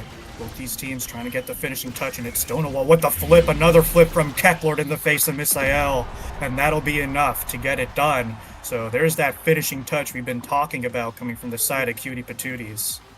Yeah, but if you would look at Chiquitos, you see that energy is like almost up for all three of them. So I will be expecting them to kind of respond to that very fast. Especially like Kekler already almost dead. They are already like looking kind of hunting for that kill. Lip goes out, Tofu goes out. Yeah, it's crazy right now. Hunting for that kill indeed, but Kekler managing to hold on for now. Chikara down one barrier, but they're going to have two flips to work with here. A lot of passes in the midfield, and there it goes into the corner. Pass splitter, but the expanse almost enough to hold.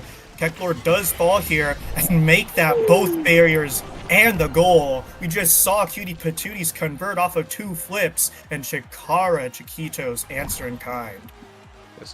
Good 7-10 split. Managed to get that through there. Just caught both of them by surprise. They're going to have to kind of like try and keep that up. And that helps. Just like an immediate shot and just completely wipes out Keklord. So good power play. Good opening gambit. But they're going to have to try and see if they can make something come of it. Yeah, power play is happening a lot here for Chikara. And they've been doing some good work converting off of it, but Keklord able to equalize with a nice death's touch. Misael sending top side, and it's nice claps to redirect back into the corner. The core goes as skirmishes bot side, and eventually that barrier falls. Open barrier situation for Chikara looking to score here, but their core is just wandering right now, not coordinated in the offense, but a nice TP to set up Rico Polo with the weird black hole pop, though, diffuses all the offense entirely and forcing the flip from Misael as Keklord. Core bouncing once again top side here. Donowall with a flip to play with, but might not need to use it. Nice pass from Rico Polo. Does force it almost with a score attempt there, and the Supernova collects another KO. That's a power play once more for them. Core still upfield, pressure mounting slowly but surely, but the black hole buying some time. And Keklord is back in line to help with this defense. There's the flip, denied by the expanse in a weird angle. Sends it to the hands of Nice Claps. Unfortunately can't find that barrier. And with the core floating into dead space, it is Shinx to come in contact with it first. And Chikara will take this first set. Yeah, definitely. Rico Polo, very worthwhile MVP, just was all over the board, all on everybody's face too, as well as Shinx being able to find these like interceptions, find these kind of like these offensive blocks on occasion too. The specialized training's definitely gonna help Vice though. You know she always wants that. She wants to rock out hard. And not only that, 1-2 picked up by this Asher, much more damage from where it was already overwhelming. And to make matters worse, Misael just takes Stagger Swagger. If I'm a Cutie Patooties, I'd be very, very concerned for the well-being of my teammates. So Donowall going to have to be clutch with these Atlas Reses, but already used it once there. And as you can see, both of his forwards looking worse for wear. Yeah, like, don't get me wrong, heavy impact definitely can cause some damage of their own. Aerials on, you know, Kai, very good, but at this point in time, it's definitely going to be like, yeah, exactly like that. They're going to have to start relying a little bit more on core control than damage, because right now, Chiquitos just is kind of racking up bodies. And running away with it, too. This map, one of the only ones that can actually assist with gathering KOs and damage, and we're already seeing the effects of it here. Open barrier situation once more for Chikara Chiquitos. They're not able to convert it just yet. It's Keklord win 1v1, but the rollout good enough to stop it. And that's a nice redirect off Shinx, who put Donowall in a tough situation with the path splitter. Yeah, had a very...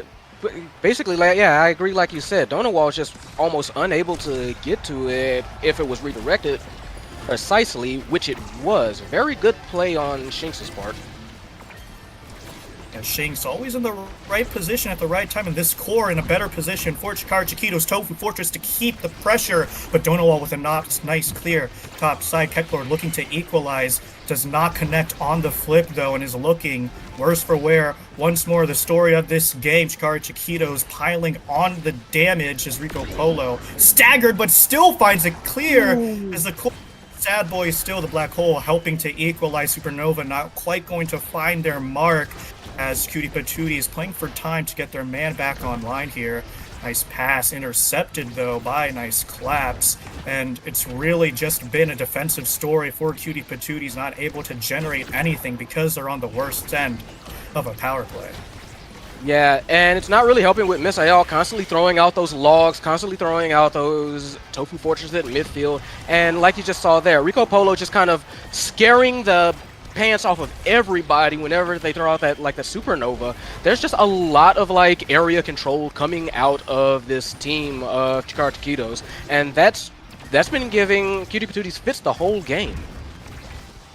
Yeah, but Cutie Patooties down but not out. They finally have taken both barriers of Chikara for the first time in what seems to be a while. Keklord with a whiplash, but nice composure from Misael. Deal with the Rasmus running at him at Mach 10. Passive plays good from Chikara Chiquitos as Shinx is staggered, but still sharking around Donowall, trying to find something to pass. Splitter, but a nice expanse to defuse the situation. Enrico Polo once again looking very hurt. Nice roll from Misael though, once again winning his ones, and really Chikara Chiquitos have been winning their ones, and they have also been winning all these damage interactions. Supernova, Tofu Fortress just piling on the pressure even more as the core just cannot get out from the side of Cutie Patooties, and it's a nice strike war win by Shinx, sending it top side.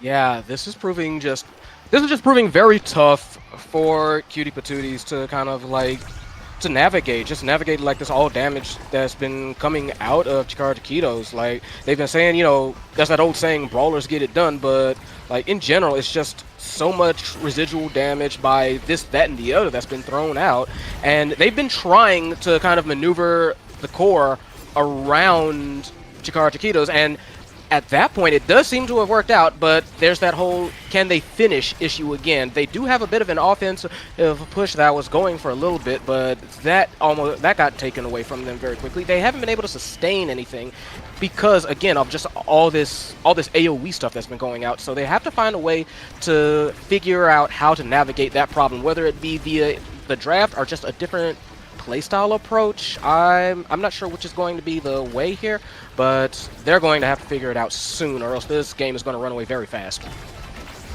Exactly, a lot of questions being asked, but not enough answers as Donowall tries to become the forward themselves. Both forwards of Chikara is staggered, and it's a complete momentum shift, but a nice supernova from Rico Polo with their dying breath, staggered, being pushed around the map. They're able to take both barriers, but the KO coming out from the black hole, and it went from bad to worse in a matter of seconds for Chikara Chiquitos as Cutie Patooties find signs of life. Very, very needed just to kind of breathe a sigh of relief, say, okay, we're not quite out of this yet. Something to kind of reset that mental, I know it was talked about before, just making sure that they know that they can still get it, even though there might be a bit of an issue. Now, they've already got both barriers down, but the goal is not in yet. The goal is not, the goal hasn't been scored yet. Y'all ain't out of it yet. Not out of the woods, but the core is being kept upfield. Enrico Polo almost with the crazy 1v9 moment. Donowall just barely able to hold on, but it's still Chikara Chiquitos with all the pressure. Both barriers up, core still downfield for them, and that's the path splitter. Keeping it in the corner, almost set up for a beautiful play by Shinx, but I mean, when you send it topside like that and Donowall's not ready for it, it doesn't even matter. And Chikara Chiquitos with some beautiful team play. Yeah, it's just been a hard road to kind of deal with for Cutie Patooties. If that Atlas gets a little bit of spark of agility, sure, some movement will help, but I'm expecting I was expecting either the twin drive, maybe even the prime time for the hamster. I cannot remember his name. Among Titans is fine though. I'm surprised here with how battered and bruised Cutie Patooties has been thus far. Neither Stagger Awakening taken here to try and extend their lives a little bit. And so we'll have to see if that's the correct play with them, because they opted for Biss instead, trying to spec into what they're doing best, but it's hard to actually feel the effects of that if you're sitting on the bench. Rico Polo hitting all 3 members, but it's the first man down on the side of Chikara Chiquitos, but you won't be able to tell with both barriers down on the side of Cutie Patooties. Still a power play though. Continued actually by Kecklord with the nice death touch, able to pick up 1 barrier, 2, make that 2 with nice claps in the corner, and all of a sudden it's Cutie Patooties finding their momentum, finding their footing, and they're looking to make this offensive push, trying to finish it off like we've been saying, but it's Rico Polo with the Thunderstruck, cutting the core's momentum, cutting everything, deciphering it all, and there's the Supernova as well to help diffuse as we approach overtime here. That core will go red. It will become all the more volatile, but Donowall was not expecting the second Thunderstruck. Nice pickup with the twin drive, and Rico Polo able to sink it in bot side.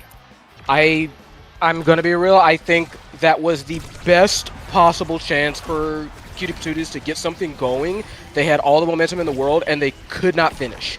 And I'm wondering, is there still a secret sauce to be found, or have Chikara Chiquitos started to like run away with this? I am not going to count them out yet. We've seen reverse sweeps happen. We've seen some crazy stuff occur.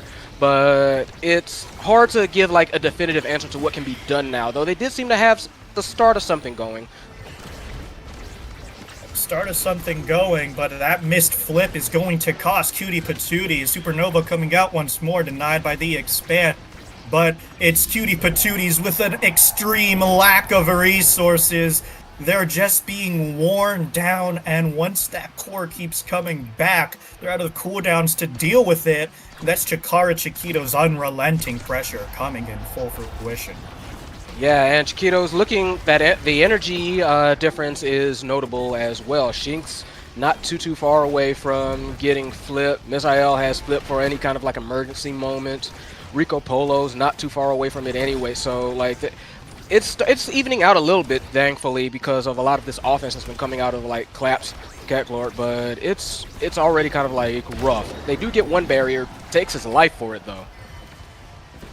All members of Chikara Chiquitos contributing to the power plays off the flip of Misael. But unfortunately, this one doesn't seem too fruitful. Tofu Fortress had to be expended in the corner. And so there's that Supernova once more denied by the Expanse. But Donowall getting complacent. That's that second barrier, dropping a missed roll and a nice death touch. And Kecklord, the one to capitalize off of Chikara Chiquito's mistakes.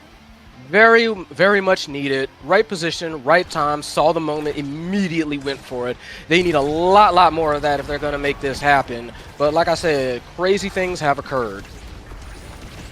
Crazy things have occurred, and they're down but not out, and they're holding on to dear life for now. There's a flip from Rico Polo, sending it topside, claiming 1 barrier. A nice flip from Donowall, holding on to the second one, and it's able to equalize as well. Good situation here for Cutie Patooties, as for the first time in forever, they've taken both barriers first. And now it's Donowall trying to set up the offense once more, opting to pass topside, where he has the numbers advantage. Nice claps, being the one to mirror this Asher, who's so massive and winning these strike wars. Nice strike shot from Misael when the core was wandering, but that's a missed flip from Shinx. It could cost them, as that barrier is still alive and well for Cutie Patooties. Nice claps though, looking worse for wear. It does get orbs, and Misael able to deal with the whiplash from Kecklord. Cutie Patooties trying to find something here, but the core is just not responding, really, not being put in a good situation thanks to the positioning of Chikara Chiquitos, and they're able to equalize. Supernova coming out, core going red. It's overtime, baby.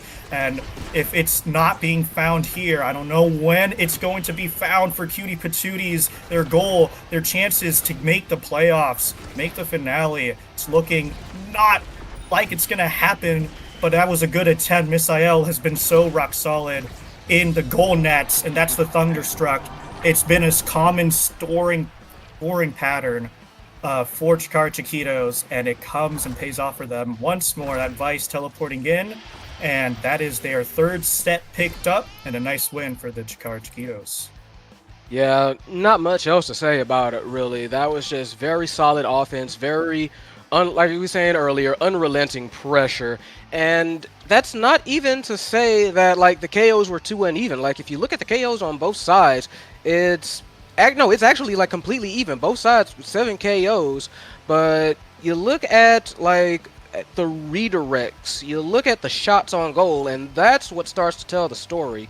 That just there was just a little bit too much coming out of Chikara Chiquitas, and Cutie Patooties couldn't quite handle it. Cutie Patooties couldn't quite find the moments or take advantage of the moments that they did have to full effect. Yeah, and for their efforts of outplaying Cutie Patooties, Chikara Chiquitos move on 2 chances to qualify with a 3rd place tiebreak or just outright in their next match. But that is all for this game thus far. When we come back, more brackets, so don't go anywhere.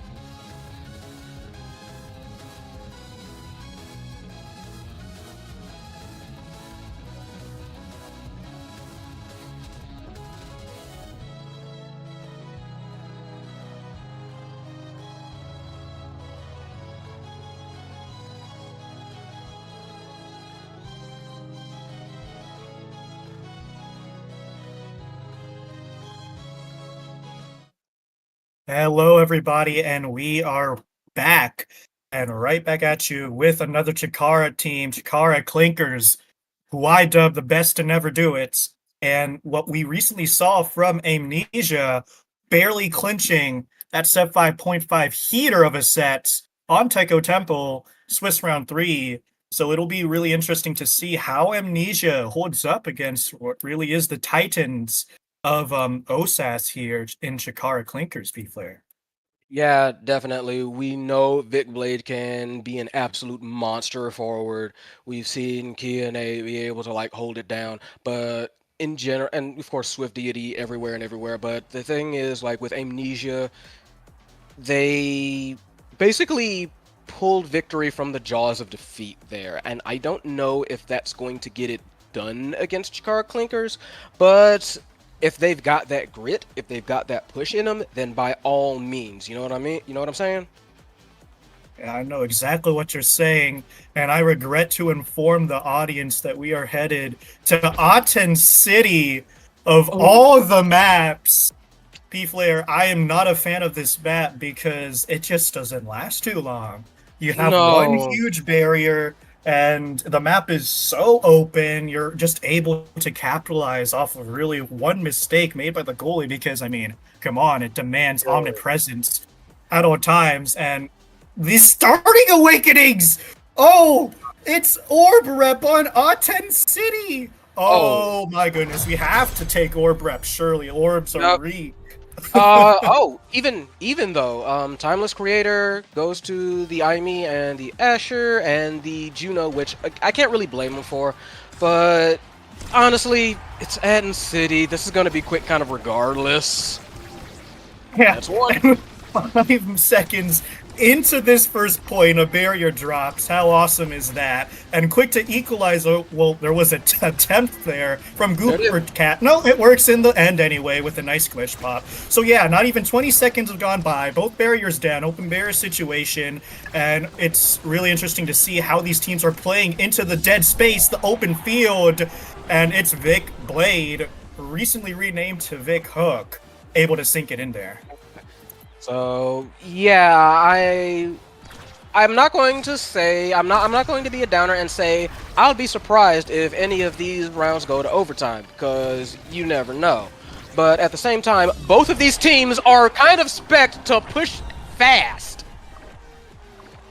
B-Flare, I'm crashing out, bro. That was a 7-minute set, all because Wells Fargo missed a strike. It's over. Like this is gonna be something else. Like, yeah, Aten City, you make one mistake. Okay, cool, great. So they've got to play kind of like flawless. Oh wait, yeah. Oh. That was so close. Kihone with the flip to save it. It doesn't even matter because Captain Spittle sinks it in like 2 seconds later. There's a flip from Vic Hook. Not quite going to do it though. Swift Deity jumping in there, but it might be a mistake as Captain Spittle tries to activate this offense for Amnesia. Wells Fargo with the Estelle goalie. Oh my god! It's the whiplash off the flip, and Wells Fargo is stuck there, paralyzed.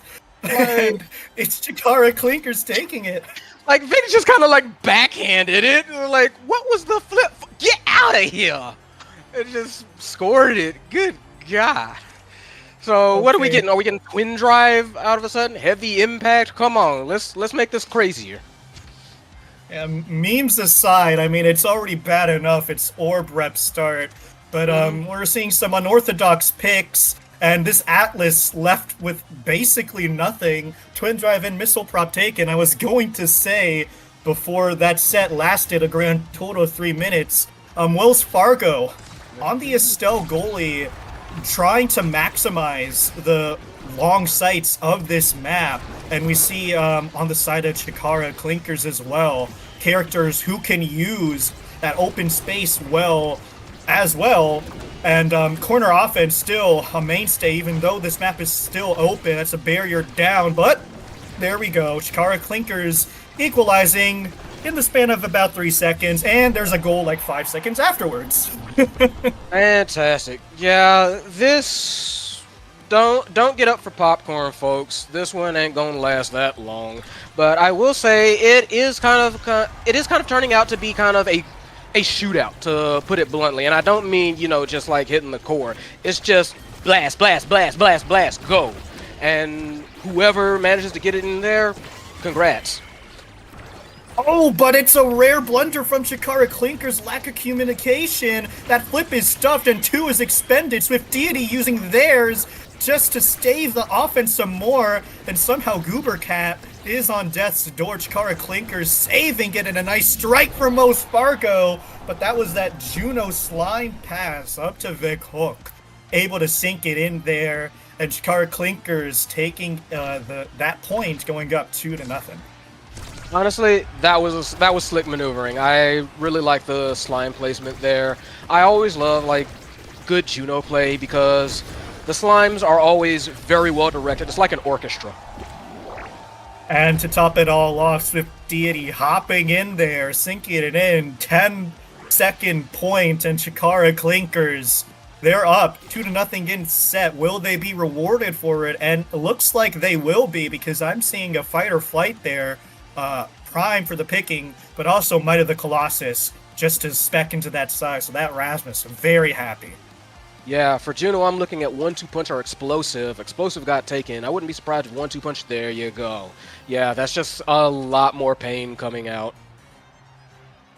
Yeah, and Fight or Flight going to this Atlas, who isn't afraid to walk up, use some speed and a Super Surge pickup from the Estelle.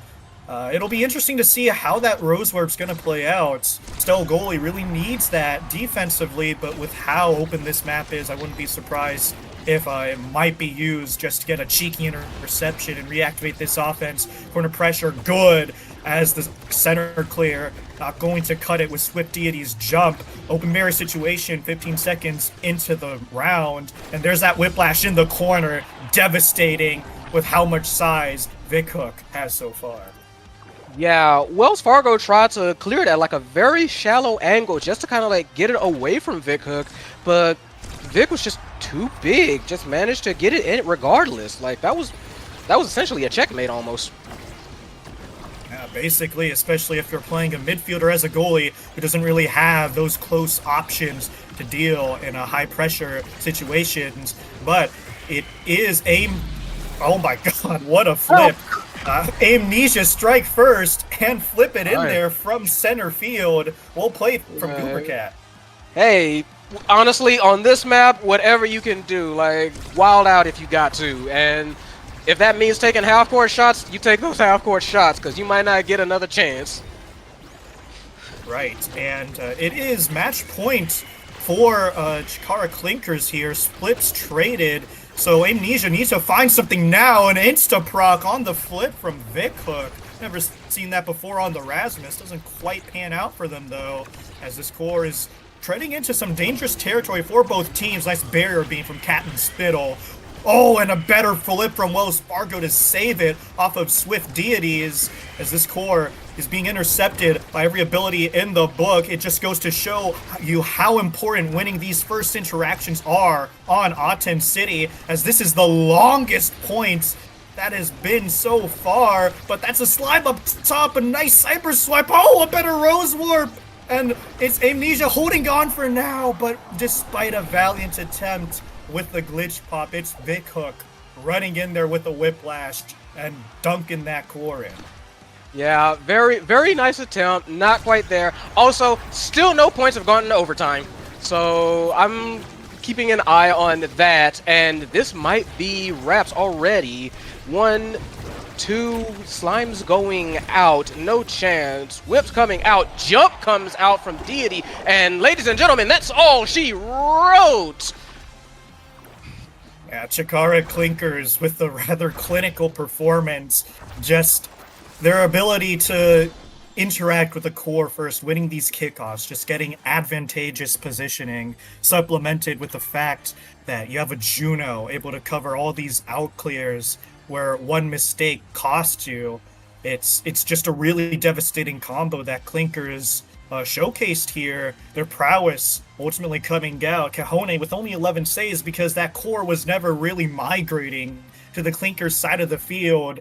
And ladies and gentlemen, that was an 8-minute heater on Aten City.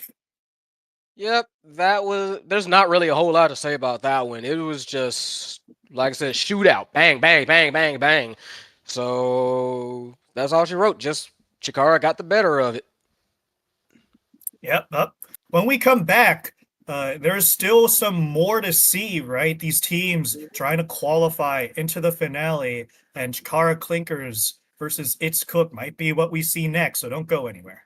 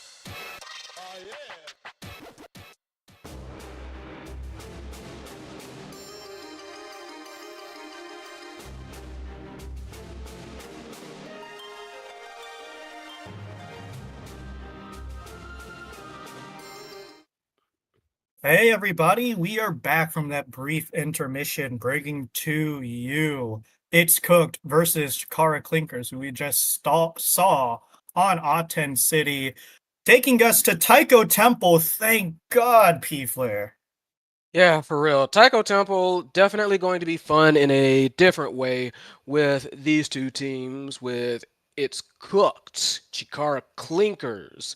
We saw both of the, like I said, we just saw Clinkers basically beast all over Aden City, and It's Cooked making their way through as well, I believe, earlier today, correct? Yeah, It's Cooked, a really stacked team, but uh, but it's because they have some winner names here, big names. Strages, one of them, Eighth, a well-known chatter in Lappalachian OS, such a solid forward. But it's actually interesting because Strages off-roll in the goalie position, definitely being tutored in knowledge gap as a midfield, obviously. The Stags midfield there. That's where we first saw him. So it'll be interesting how he holds up in this off-roll position against one of the more solid OSAS teams into this Taiko Temple map. But it is Clinkers striking first here, showing why they are so good. Yeah, you can also see Vic Hook has gotten like that X out, which on this kind of map can really be devastating with how he can basically force you to play ping pong if he hits you right. So that's going to be scary. That's definitely going to have to be something I feel that AF going by Madeline Celeste here is going to want to look out for while they try and make these plays like this. Yeah, that was some really nice pressure from It's Cooked, just keeping it in the corner, having that core be contained, so critical, especially on this map, Taiko Temple, where corner offense is really just the name of the story, but it's Vic Hook answering back, full fold, nice kill, but you won't be able to feel the effects of it as it's Clinkers with their first barrier being taken, flip from Strages in an awkward position with the ensnare drums. I think we have glossed over the fact that it is Mako forward, so taking a leaf out of Master X Malachi's playbook there, who was notorious for this pick.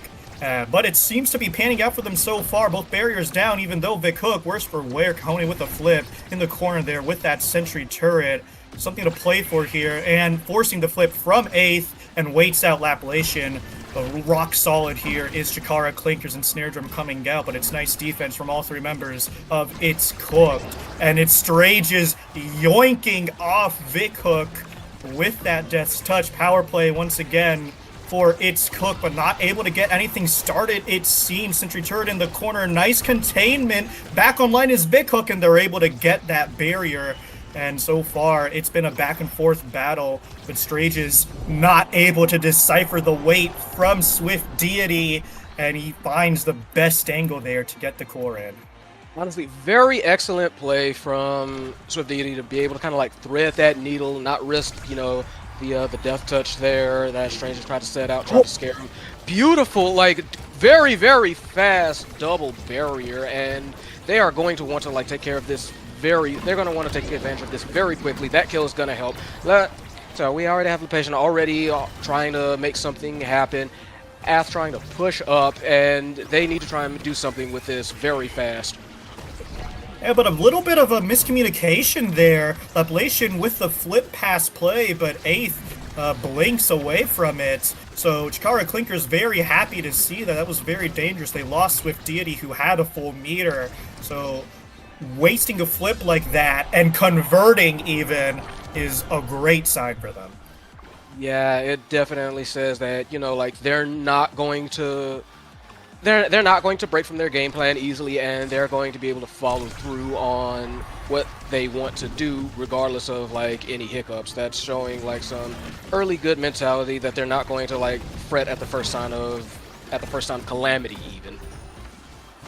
Yeah, and a lot of damage coming out from the side of Chikara Clinkers, both forwards. Looking a little bit worse for wear from It's Cooked, really showing that It's Cooked. A flip from Vic Hook, steering down Strages, and he gets the barrier for it, and a nice bell ringer, but unfortunately Strages positions nicely there. Kahone pushing up, and caught Strages lacking in the pendulum swing, and that's Chikara Clinkers taking that first set here on Taiko. Yeah, I almost feel like Strages has been trying to kind of counter Vic Hook's continuous bullying, because I've noticed that the X is constantly staying, you know, like up in the goalie's face, which especially on this map, you kind of do want to do as an X. But with Strages, like that pendulum swing, being able to like just hook him and throw him into the goal once or twice, I know that happened. That may have been their game plan, but it backfired a little bit on him there. Yeah, but a size pickup on that Rasmus goalie, always welcome, and solid picks for everybody all around. Spark scaling on lock for Vic Hook, Dax, Twin Drive, and Amanu with that extra special for 8th. Going to be very devastating to keep that core in the corner, where that's all the offense is really on this map. We see it right there, and almost dying there is 8th. Somehow holds on, both members worse for wear, and Appalachian gets taken on a trip. The Taiko Classic power play. Make that 2 for Chikara. Clinkers damage coming out, but Strange is holding on for now. So Didi gets the first rebound, but it's Strange is cutting the pass. That midfield brain coming into fruition there, but it's too much pressure. 3 flips now online for Chikara. Clinkers don't want to use it there. There's 1 to activate this offense, save it. All 3 actually, and unfortunately Strange is not precise enough with that pass to 50th for 8th, and Swift Deity knocks it in. Yeah, like they burned all 3 of their flips, but I have always been a proponent of, you know, spend the cash if you got it. So yes, it took all 3 of theirs when probably they only needed like 2, but they got the point, and having a point is better than not in pretty much any situation. So hey, go for it. Exactly, and it's Cooked, going for it now, keeping this core upfield. But a nice astral projection reactivates this offense, and Vic Hook is winning his ones into Strages, forcing that flip. Kahone keeping the offense alive. Look at the goalie at the midfield line. That's so critical, but unfortunately it's punished by a nice cyber swipe from 8th. Lagging out, but still contributing in ways that most people can't. Nice bounce off the center drum. There's the turret to keep that pressure going, and it's so cooked if you're Kahone in that situation. Yeah, no, there was almost nothing you could do. You had a path splitter coming at you from the north. You had that firewall coming at you from the west. There was nothing to the south. And yeah, no, it was really cooked there. Yeah, but Clinker's trying to answer back, raging with a nice attempt, and all they get for it thus far is damage and topside barrier. Trying to make it two, but a nice clear found by Strage's Lapulation with great dribbling plays and picks a kill to boot! Almost making that two off that Taiko drum in the middle there. Early Expanse just trying to buy this time. Every second matters in this power play situation. Nice interference here. Holding, beautiful back pass clear. And that's Chikara Clinkers able to defuse that power play situation. Very nice hold. Back passes are always like risky because, you know, they could get intercepted, they could be converted into like offensive pushes so fast, but if you pull them off, they can usually give you like great rewards. But right now, it is Chikara with the offensive push there, with the power play active. Vic Hook looking a little bit worse for wear, but they can still make something happen out of this. And they do. And Swift Deity, I mean, what insane reaction time. Like a dot, just dropping the ensnare drums onto the flip, drum and bass to cover all the angles after it went away. Beautifully played by them and Kahone there. Acting as the second forward while Vic Hook was low, Chikara Clinkers showing an extremely strong fundamental just gameplay, really. But if that's a nice turret from ETH, getting both of them, and it's cooked, isn't quite cooked just yet, especially if they can get this point. Yeah, tried to move in for a little bit, try to cut off any premature passes, but Ath and Laplace trying to make something happen, trying to split the difference. No dice on that one. But they've been doing a pretty good job at keeping these offensive pushes going recently, and they paid off there. Just firewall, just turreted straight into the goal. And that's a really critical kill for It's Cooked because Kahone was a stacks taker, which means that pushing up will be a lot more risky without all of that extra speed. We might be able to see some breathing room being given to It's Cooked, but none thus far, as that offensive push was so good. Getting one barrier, almost making it two with the bell ringer is Vic Hook from in base in the midfield, just keeping that core upfield. What dead space though, 8th denied first touch with the Expanse, and it's really been a struggle for It's Cooked trying to get these clears, but once they get that offensive started, it's so good, and 8th is able to collect both barriers. This is the attempt that you need if you're It's Cooked, but that's a flip in the face of Strages. Vic Hook waits for it, waiting for his Bull Rush cooldown to sink it in, and It's Cooked really needed to convert on that one, but Vic Hook with great awareness. Yeah, just like you said, very good patience. Just flipped, held it, and said, okay, what are you going to do? I am about to throw my entire body at you. Yeah, really hard to deal with that sort of checkmate situation, and Kahone continues to spec into that speed, taking among Titans, and both their forwards really enjoy size here. In fact, every single size awakening taken away from Strages, he's really gonna feel that, and he's just left with scraps and takes Super Surge instead.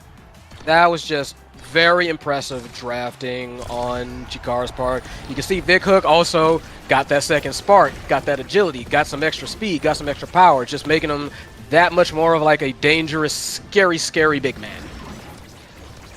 Yeah, scary big man. I mean, all three members playing super well. There's another kill collected, but Lapulation able to trade when barrier. Vic Hook, though, quick to respond. Kahone pushing up, all three members activating this offense. That power play really felt in that situation, and the astral projection gets it done in the end from Kahone. Yeah, I have to say, I am very impressed with Kahone's just ability and to kind of judge the situation and be willing to play up and sometimes like take that risk. And in this with this kind of map, it's very much one of those feast or famine kind of situations, especially like this. Just flipped, waited, looked at him and said like, what are you swinging for? And just kicked it in. Vic Hook with insane patience, waiting for those final barriers to go away, giving himself the options to get that goal in, and Strage has just lost that 50. Beautifully played, and the snowball is continuing. Lapulation trying to get something done here in the corner, but Swift Deity putting a stop to it with a nice flip, reactivating this offense, but a whip strike from Kahone means both barriers fall, and that's a mistake you cannot make into It's Cooked. Nah, just a very good, very classic feed straight into beam. Nothing you can do. You're stunned, course going in. So much for that one. Very nice, very needed, very good offensive start that from It's Cooked. They need this. Needed this badly, and they're still keeping on the pressure despite the beating Eighth is taking. They're able to get one barrier with a pair of ults, and they're trying to make it two. The Swift Deity body blocks the dash from Lapulation. Whiplash coming in, reactivating this offense, but unfortunately Lapulation not there to receive that pass. It's Clinker's time. But Big Hook mispositioning as well.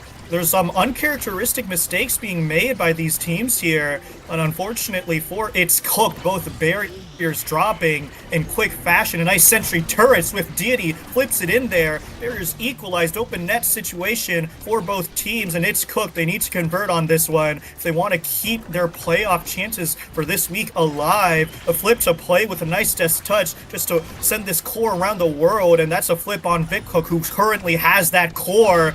Nice glitch pop in snare drums, but the core is not caught in it! And Strages holds his strike. It's cooked. It's not just cooked for them yet, but it might be after that. I mean, oh my gosh, what an insane angle from Kahone with the kill to boot. And it's Clinkers, a pair of nice games, sending them to the finale.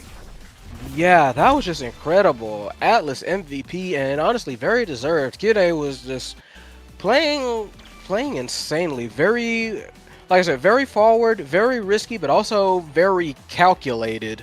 So kind of apropos considering they're playing Atlas.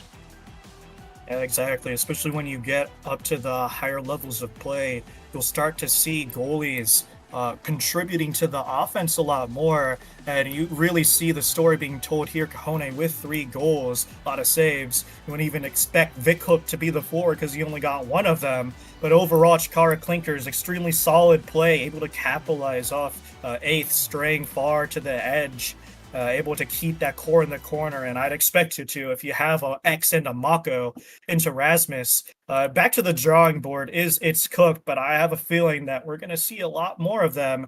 Congrats to Chikara Clinkers for qualifying, and that's the end of their story so far. We'll see them in a few weeks, and when we come back, it's another playoff match, so don't go anywhere.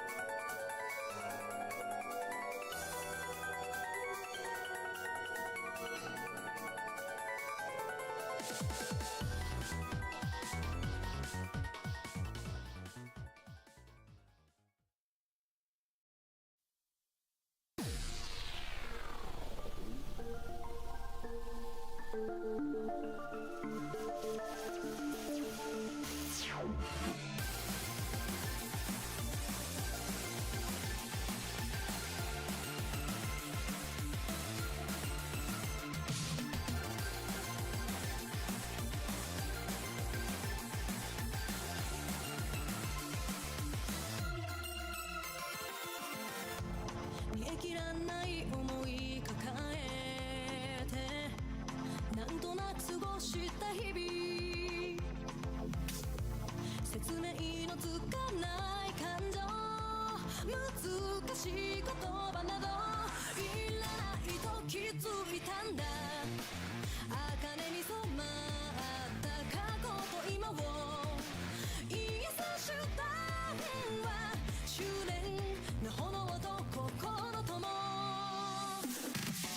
魂を燃やせ尽きない命と共に奴を道連れに最高のショータイムこの世の終わりが不死の呪いどちらかが勝利を収めるこの炎は消えない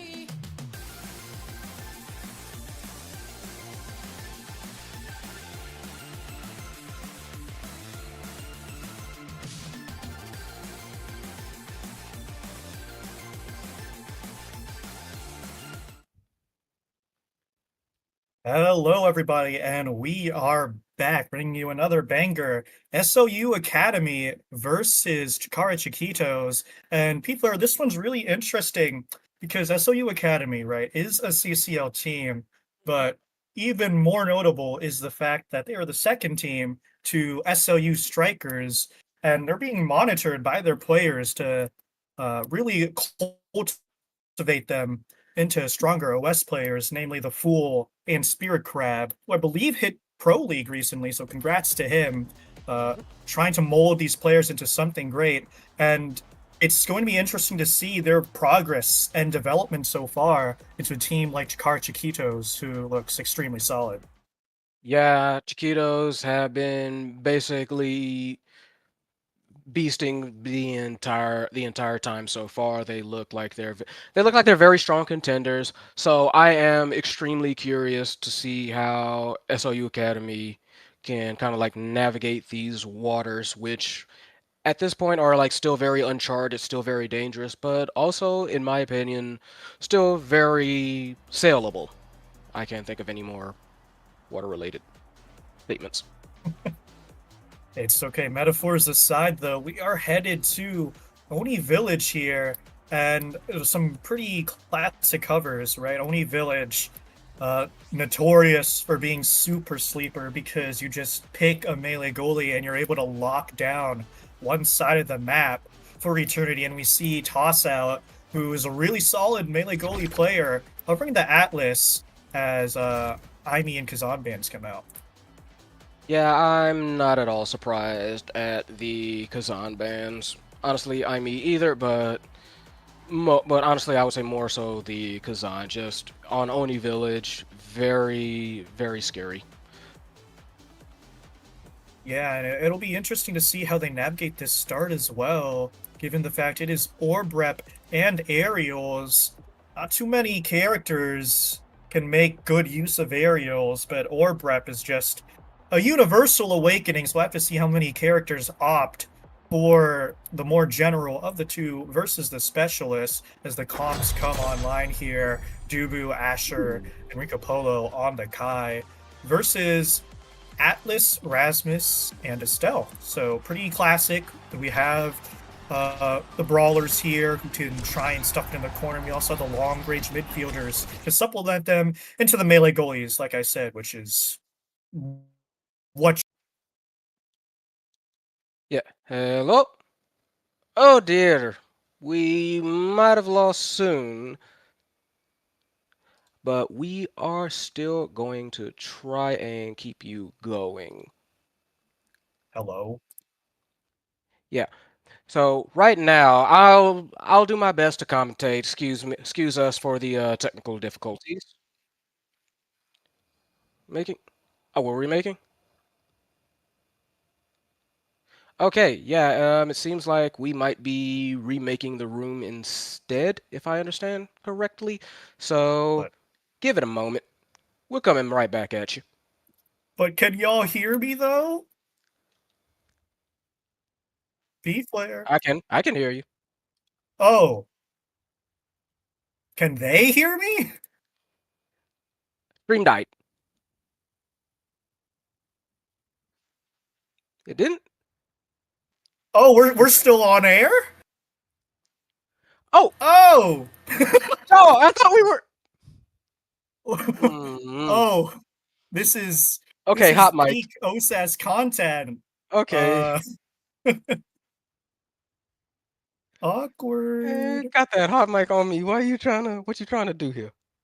What? I was talking the whole Oh, time, I'm not talking about. P-Flare. I'm not talking about you. I'm talking about old boy in the back. I'm talking about old boy sitting in the booth. Oh, oh yeah, Saya Loki cooked us there. Like we don't. So There you go. I hope y'all enjoyed a little behind the scenes look at what happens during the downtime. We're restarting for reasons that aren't entirely clear to me. Hopefully my mic is working. Y'all can hear my beautiful voice. But to fill the dead time, yeah, I'm gonna yap a little bit more about SLU Yeah. because I have strong ties to the TAMU team and the TAMU team and the By all SLU team. means. They like scrim each other a whole bunch, really friendly. So apparently Nova Fox is a brawler who used to play back in the beta, but apparently dropped the game for a little bit and was recently recruited back into playing the game again. So happy to have more new-ish players. But if I were friends with Nova Fox, I would strangle them for getting me addicted into a game without active support because that can only end in heartbreak. As long as you're having yourself and enjoying playing, having a good time, it's all fine in the end. Isn't that right? Yeah. No, that really is kind of it at the end of the day. We're all here to have a ball. We all here to have fun. Like competition is great. So by all means. Yeah, so we're heading right back into it.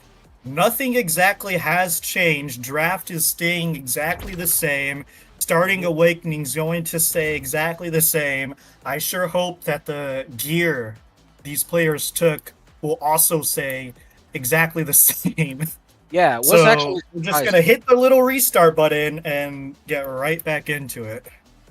Because, yeah, like, we did notice that pretty much everyone but one actually took aerials, which is frankly surprising in the extreme for me. Because I would have said, I wouldn't have been surprised at, maybe Kai and Estelle taking aerials. I've seen them work with that, but everybody else, I mean, I'm a little bit shocked.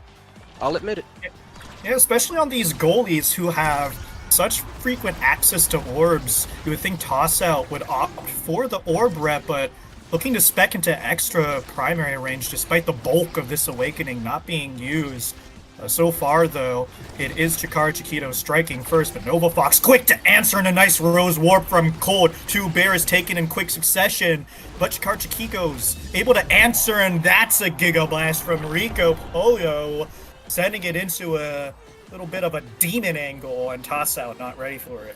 Yeah, absolutely. That was just very good. That was just very good heads-up knowledge. Very good being able to like find the angle and just get it past Toss Out. Clearly wasn't ready for it, but that was still just point one. They can learn from it. They can shake back. I'm still interested in just seeing what SOU can how they can adapt in particular to what is a very capable Chikara team. Yeah, exactly, and we're at the little rut stage of Oni Village. One barrier apiece taken, but that's always fake on this map. It's always about the war for the second one, with how much open space there is to work with on this map. passing lines, passing plays are going to be so critical as we see Cole trying to dribble around Shinx and activate that pass in the first place. But Fox trying to win his ones into Misael, who evades and gets a nice clear. And around this world, this core is going. You're going to see a lot of that in this match, simply just how this map is designed, and a flip from Rico Polo is able to get that second barrier down. That's probably what you need and more, but it's a breakthrough from midfield from Shinx, able to get that core in and secure the second point for Chikara Chiquitos. Yeah, yet again, just a very good angle that they found, and Toss Out could not reach it. And I'm going to say that a lot of this game, I really believe, is going to be how each team manages to take advantage of the side lanes and who can do it more effectively, because though that little speed up can mean a mile of difference. Exactly, helping with repositioning, which is so important on a map like this. But even more important is all three members of Chikara Chiquito standing in a line, and Colt able to secure that barrier. Toss Out, though, donating it back with a little bit of a mishap top side. So it's an open barrier situation, but Estelle really likes all that dead space. A nice strike shot from Toss Out. Clearing it to Rico Pollo, though, is a mistake, who cleanly barrages it back in. And that is Chikara Chiquitos taking this first set in a rather convincing fashion. Yeah, there's clearly some growing pains, I believe, with Toss Out's Atlas and their general goalie play. Not to just hate on them, but they being Chikara are taking very good advantage of the angles that they know Atlas in general cannot hit, and with these extra primaries, with this extra strength, everything that they've picked up is essentially primed to push that advantage. Yeah, nothing too egregious to note here. But what's most interesting to me is the spec trading being picked up by Nova Fox. So that Death's Touch is going to hit a lot harder, and core speed on a map like this is so unbelievably important to generate any sort of scoring chances. We'll have to see how that plays out. Toss Out and Colt doing God's work on the defense, trying to set something up for Nova Fox, but unfortunately whiffs that pendulum strike. And this core going back and forth once more. A nice interception from Shinx causes that second barrier to fall, and it's so rough on Oni Village when both barriers fall so quickly. It's a lot harder to generate that offense, how open it is, but Colt with a nice rose warp able to secure that first barrier. Yeah, there's definitely just a lot of space and a lot of room for, especially, quick and fast-reaching characters to be able to create passing plays and passing opportunities, but also scoring ones like that. Very good on Nova Fox to kind of chase down the core and pursue it and basically chase the clear and counter it, win that little strike war right there to get the goal. Yeah, nice little checkmate situation from Nova Fox, a point that SLU Academy really needs, sort of reset their mental and press onward. As we see one barrier quickly dropping, but again, fake on Oni Village. That second barrier is so tough to take. A nice strike shot to keep that offensive pressure alive. A lot of flips to work with here. Both of them flipped, but at least one of them connected onto the core, and that second barrier drops. A nice wait from Toss Out. Wait for all pellets of the barrage as one barrier is traded, but that is a checkmate in of itself. Breakthrough into barrier beam, true combo onto Toss Out. Yeah, that was just kind of an unfortunate situation, and one that Toss Out would have had ridiculously difficult times getting out of. I believe they were out of cooldowns at that moment, so just something to keep in mind earlier, because of when these barriers fall, there's just so many angles that your opponent can come from, and it's just very hard to be able to cover them all, no matter what character you have. So it's always good to try and get these done quickly, get these points out quickly as possible.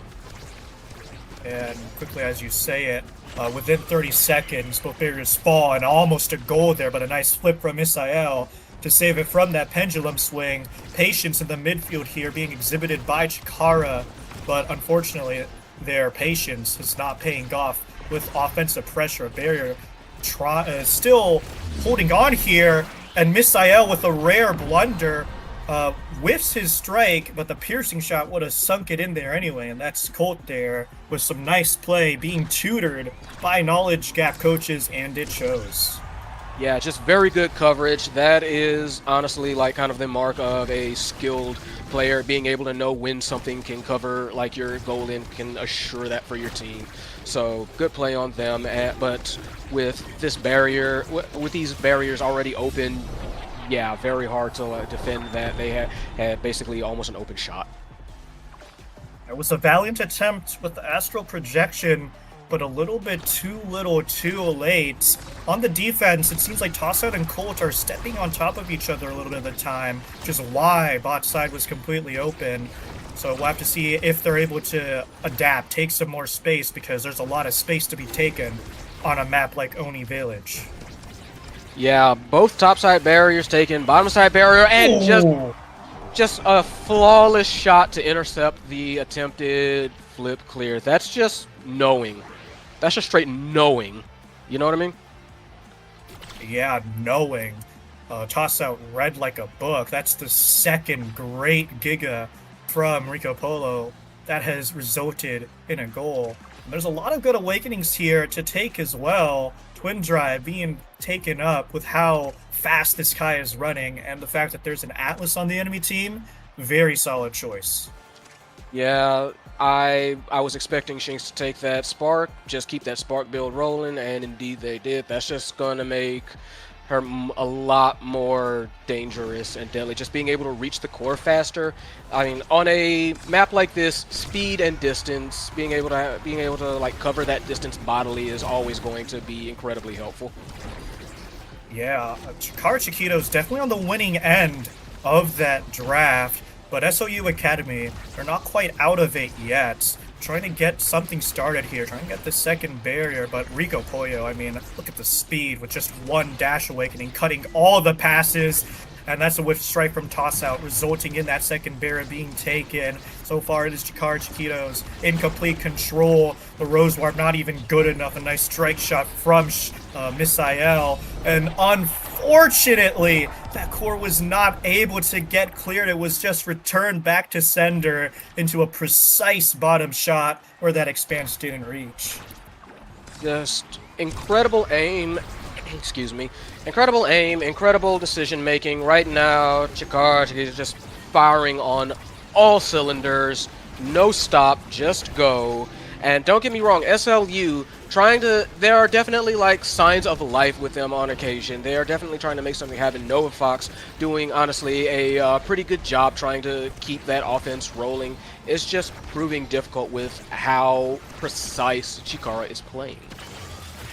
Yeah, but a nice strike from Toss Out, winning that interaction into Shinx's flip, but unfortunately the barrier beam in the corner is a little bit over anyone's capacity to deal with. Nova Fox with the core, but the stun from the Dubu roll, able to buy enough time for that pendulum swing, and that's a beautiful pass play.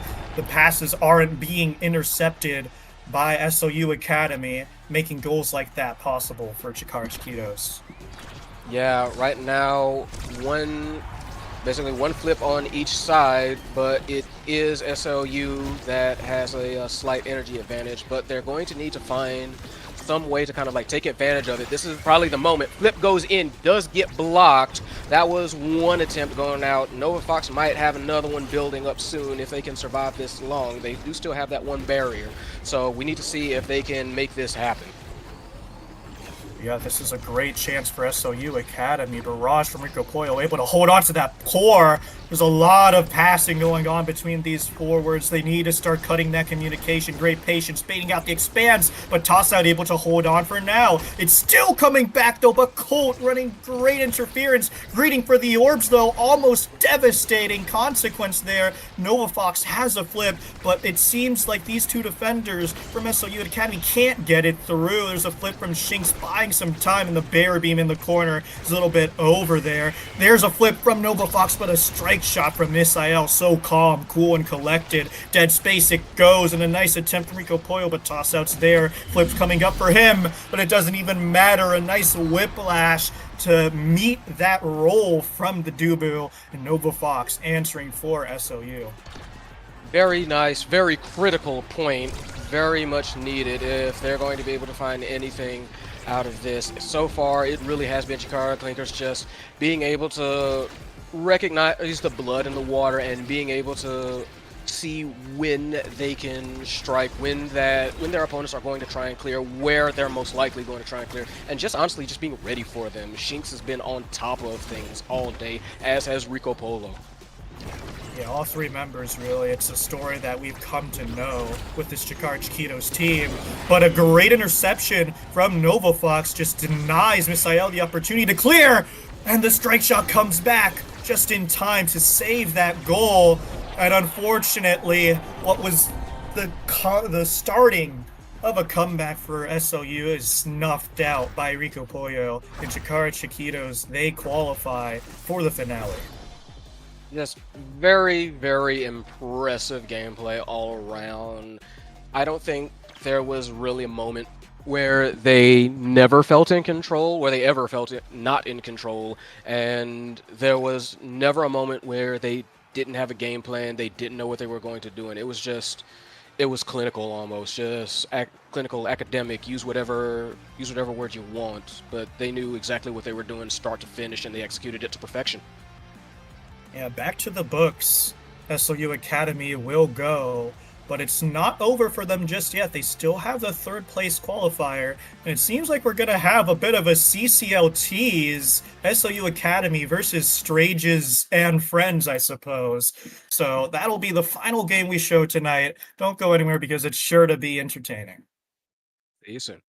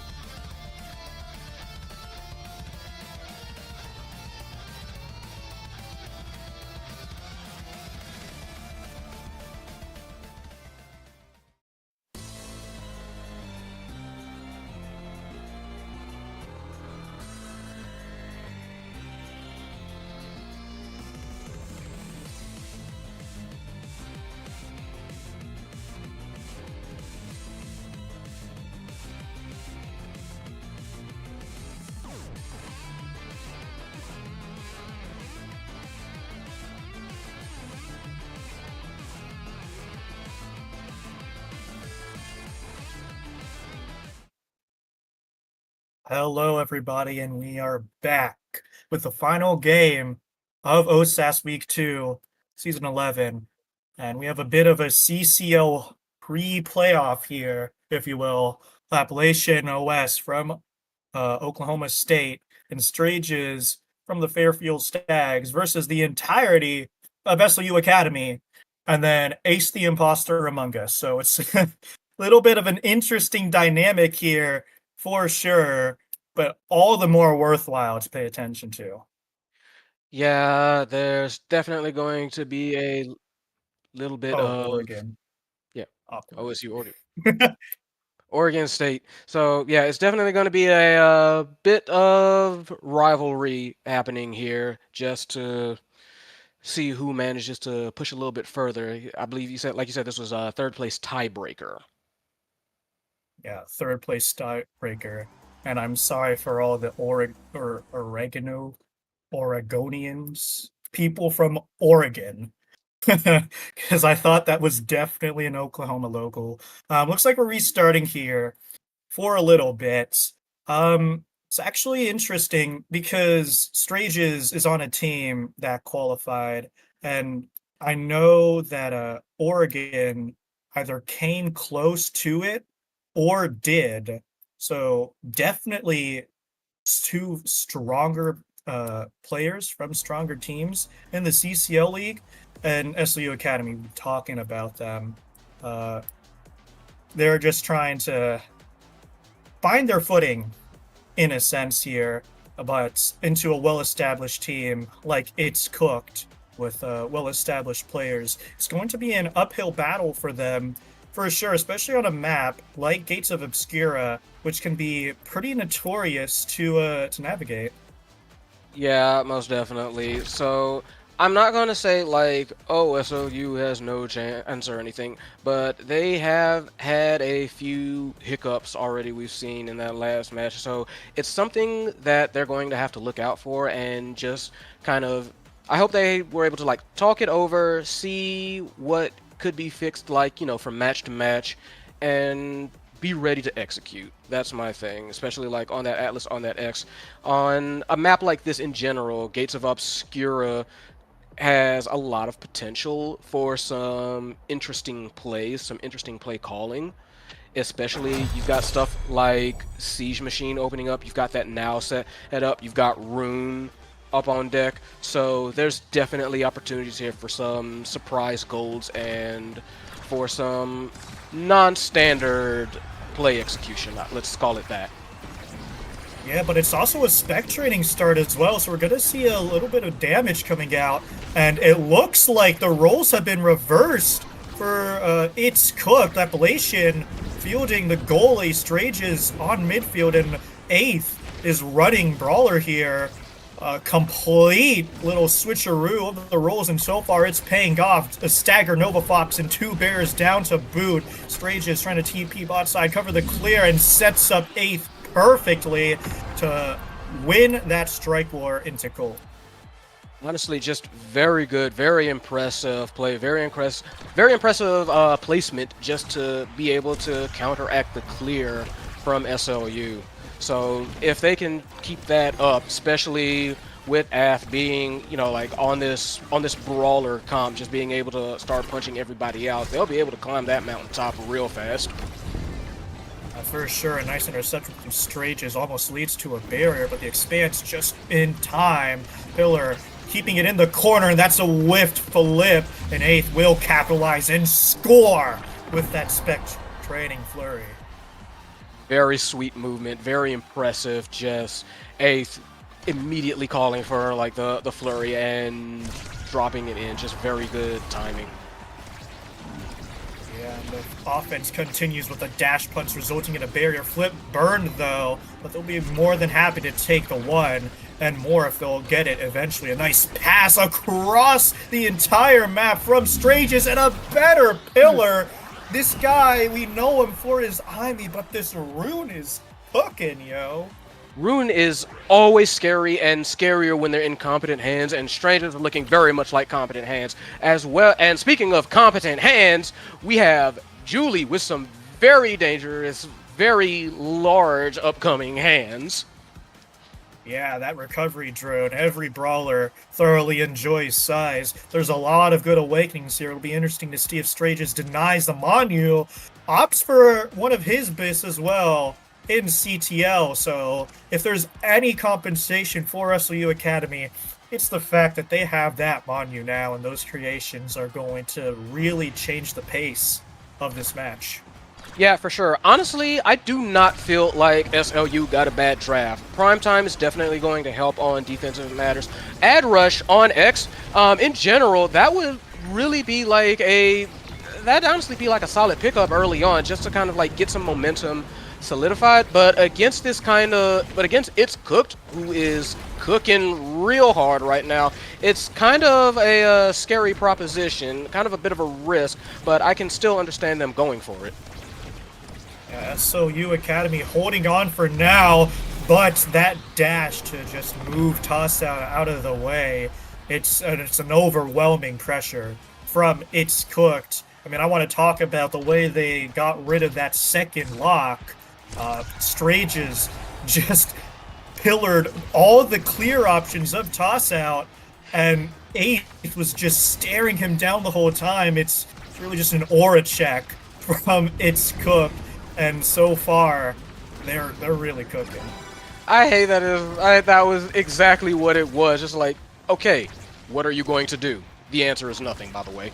And they're still like on this very scary offensive push. Just Flame Flurry gets both of them, tries to kind of like almost a desperation flip clear, and they do manage to get it. They do manage to get a little bit of an offense going. And like SOU has been showing like some signs of life. It's just been this overwhelming offense that's been causing trouble for them, but this is like their opportunity right here.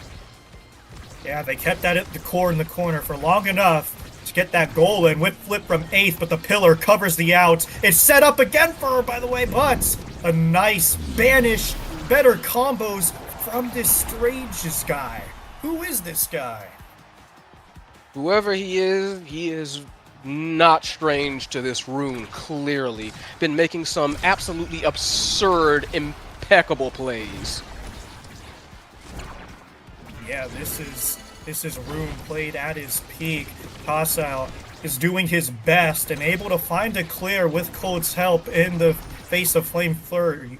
But, I mean, it's just overwhelming from It's Cooked, really showing how It's Cooked, but Lapulation caught out of position, has to force that flip. There's the X Maximus, and that's the second lock taken. A nice setup there with the bell ringer, but unfortunately it's navigated from SOU Academy. Banish coming through, taking Cold out of it entirely, stopping that play in its tracks, forcing the flip from Toss Out, who does manage to get that clear, but another well-positioned pillar, stopping all signs of offense so far. This Rune is just able to cut through and able to activate that offense too. Teleport again, flipping through it all, and Strages finds the shot top side. And that is commitment and just being able to collapse on the goal so quickly. Like, they got that second barrier, immediately threw out the flame flurry, immediately threw out the flip, and just sunk it in. That is just, we've been using the word overwhelming a lot, but for very good reason.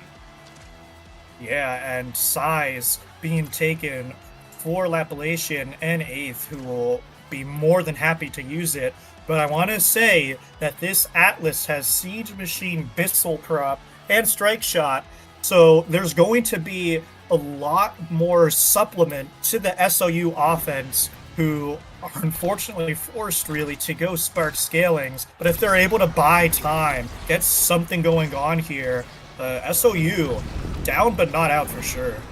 No, I will say this. I am going to give already some mad respect to Toss Out, who seems to be performing a lot better than the earlier matches. It seems like they've kind of even with that barrier taken overall on this match, I like what I've been seeing from Toss Out for this one. Just been under fire, under some very, very intense pressure, and trying to hold out. Obviously, this pressure though is almost impossible for anyone to deal with. This kind of combination of Rune and Juliet is just, I'm not going to say impossible because nothing's impossible, but highly improbable to get to deal with.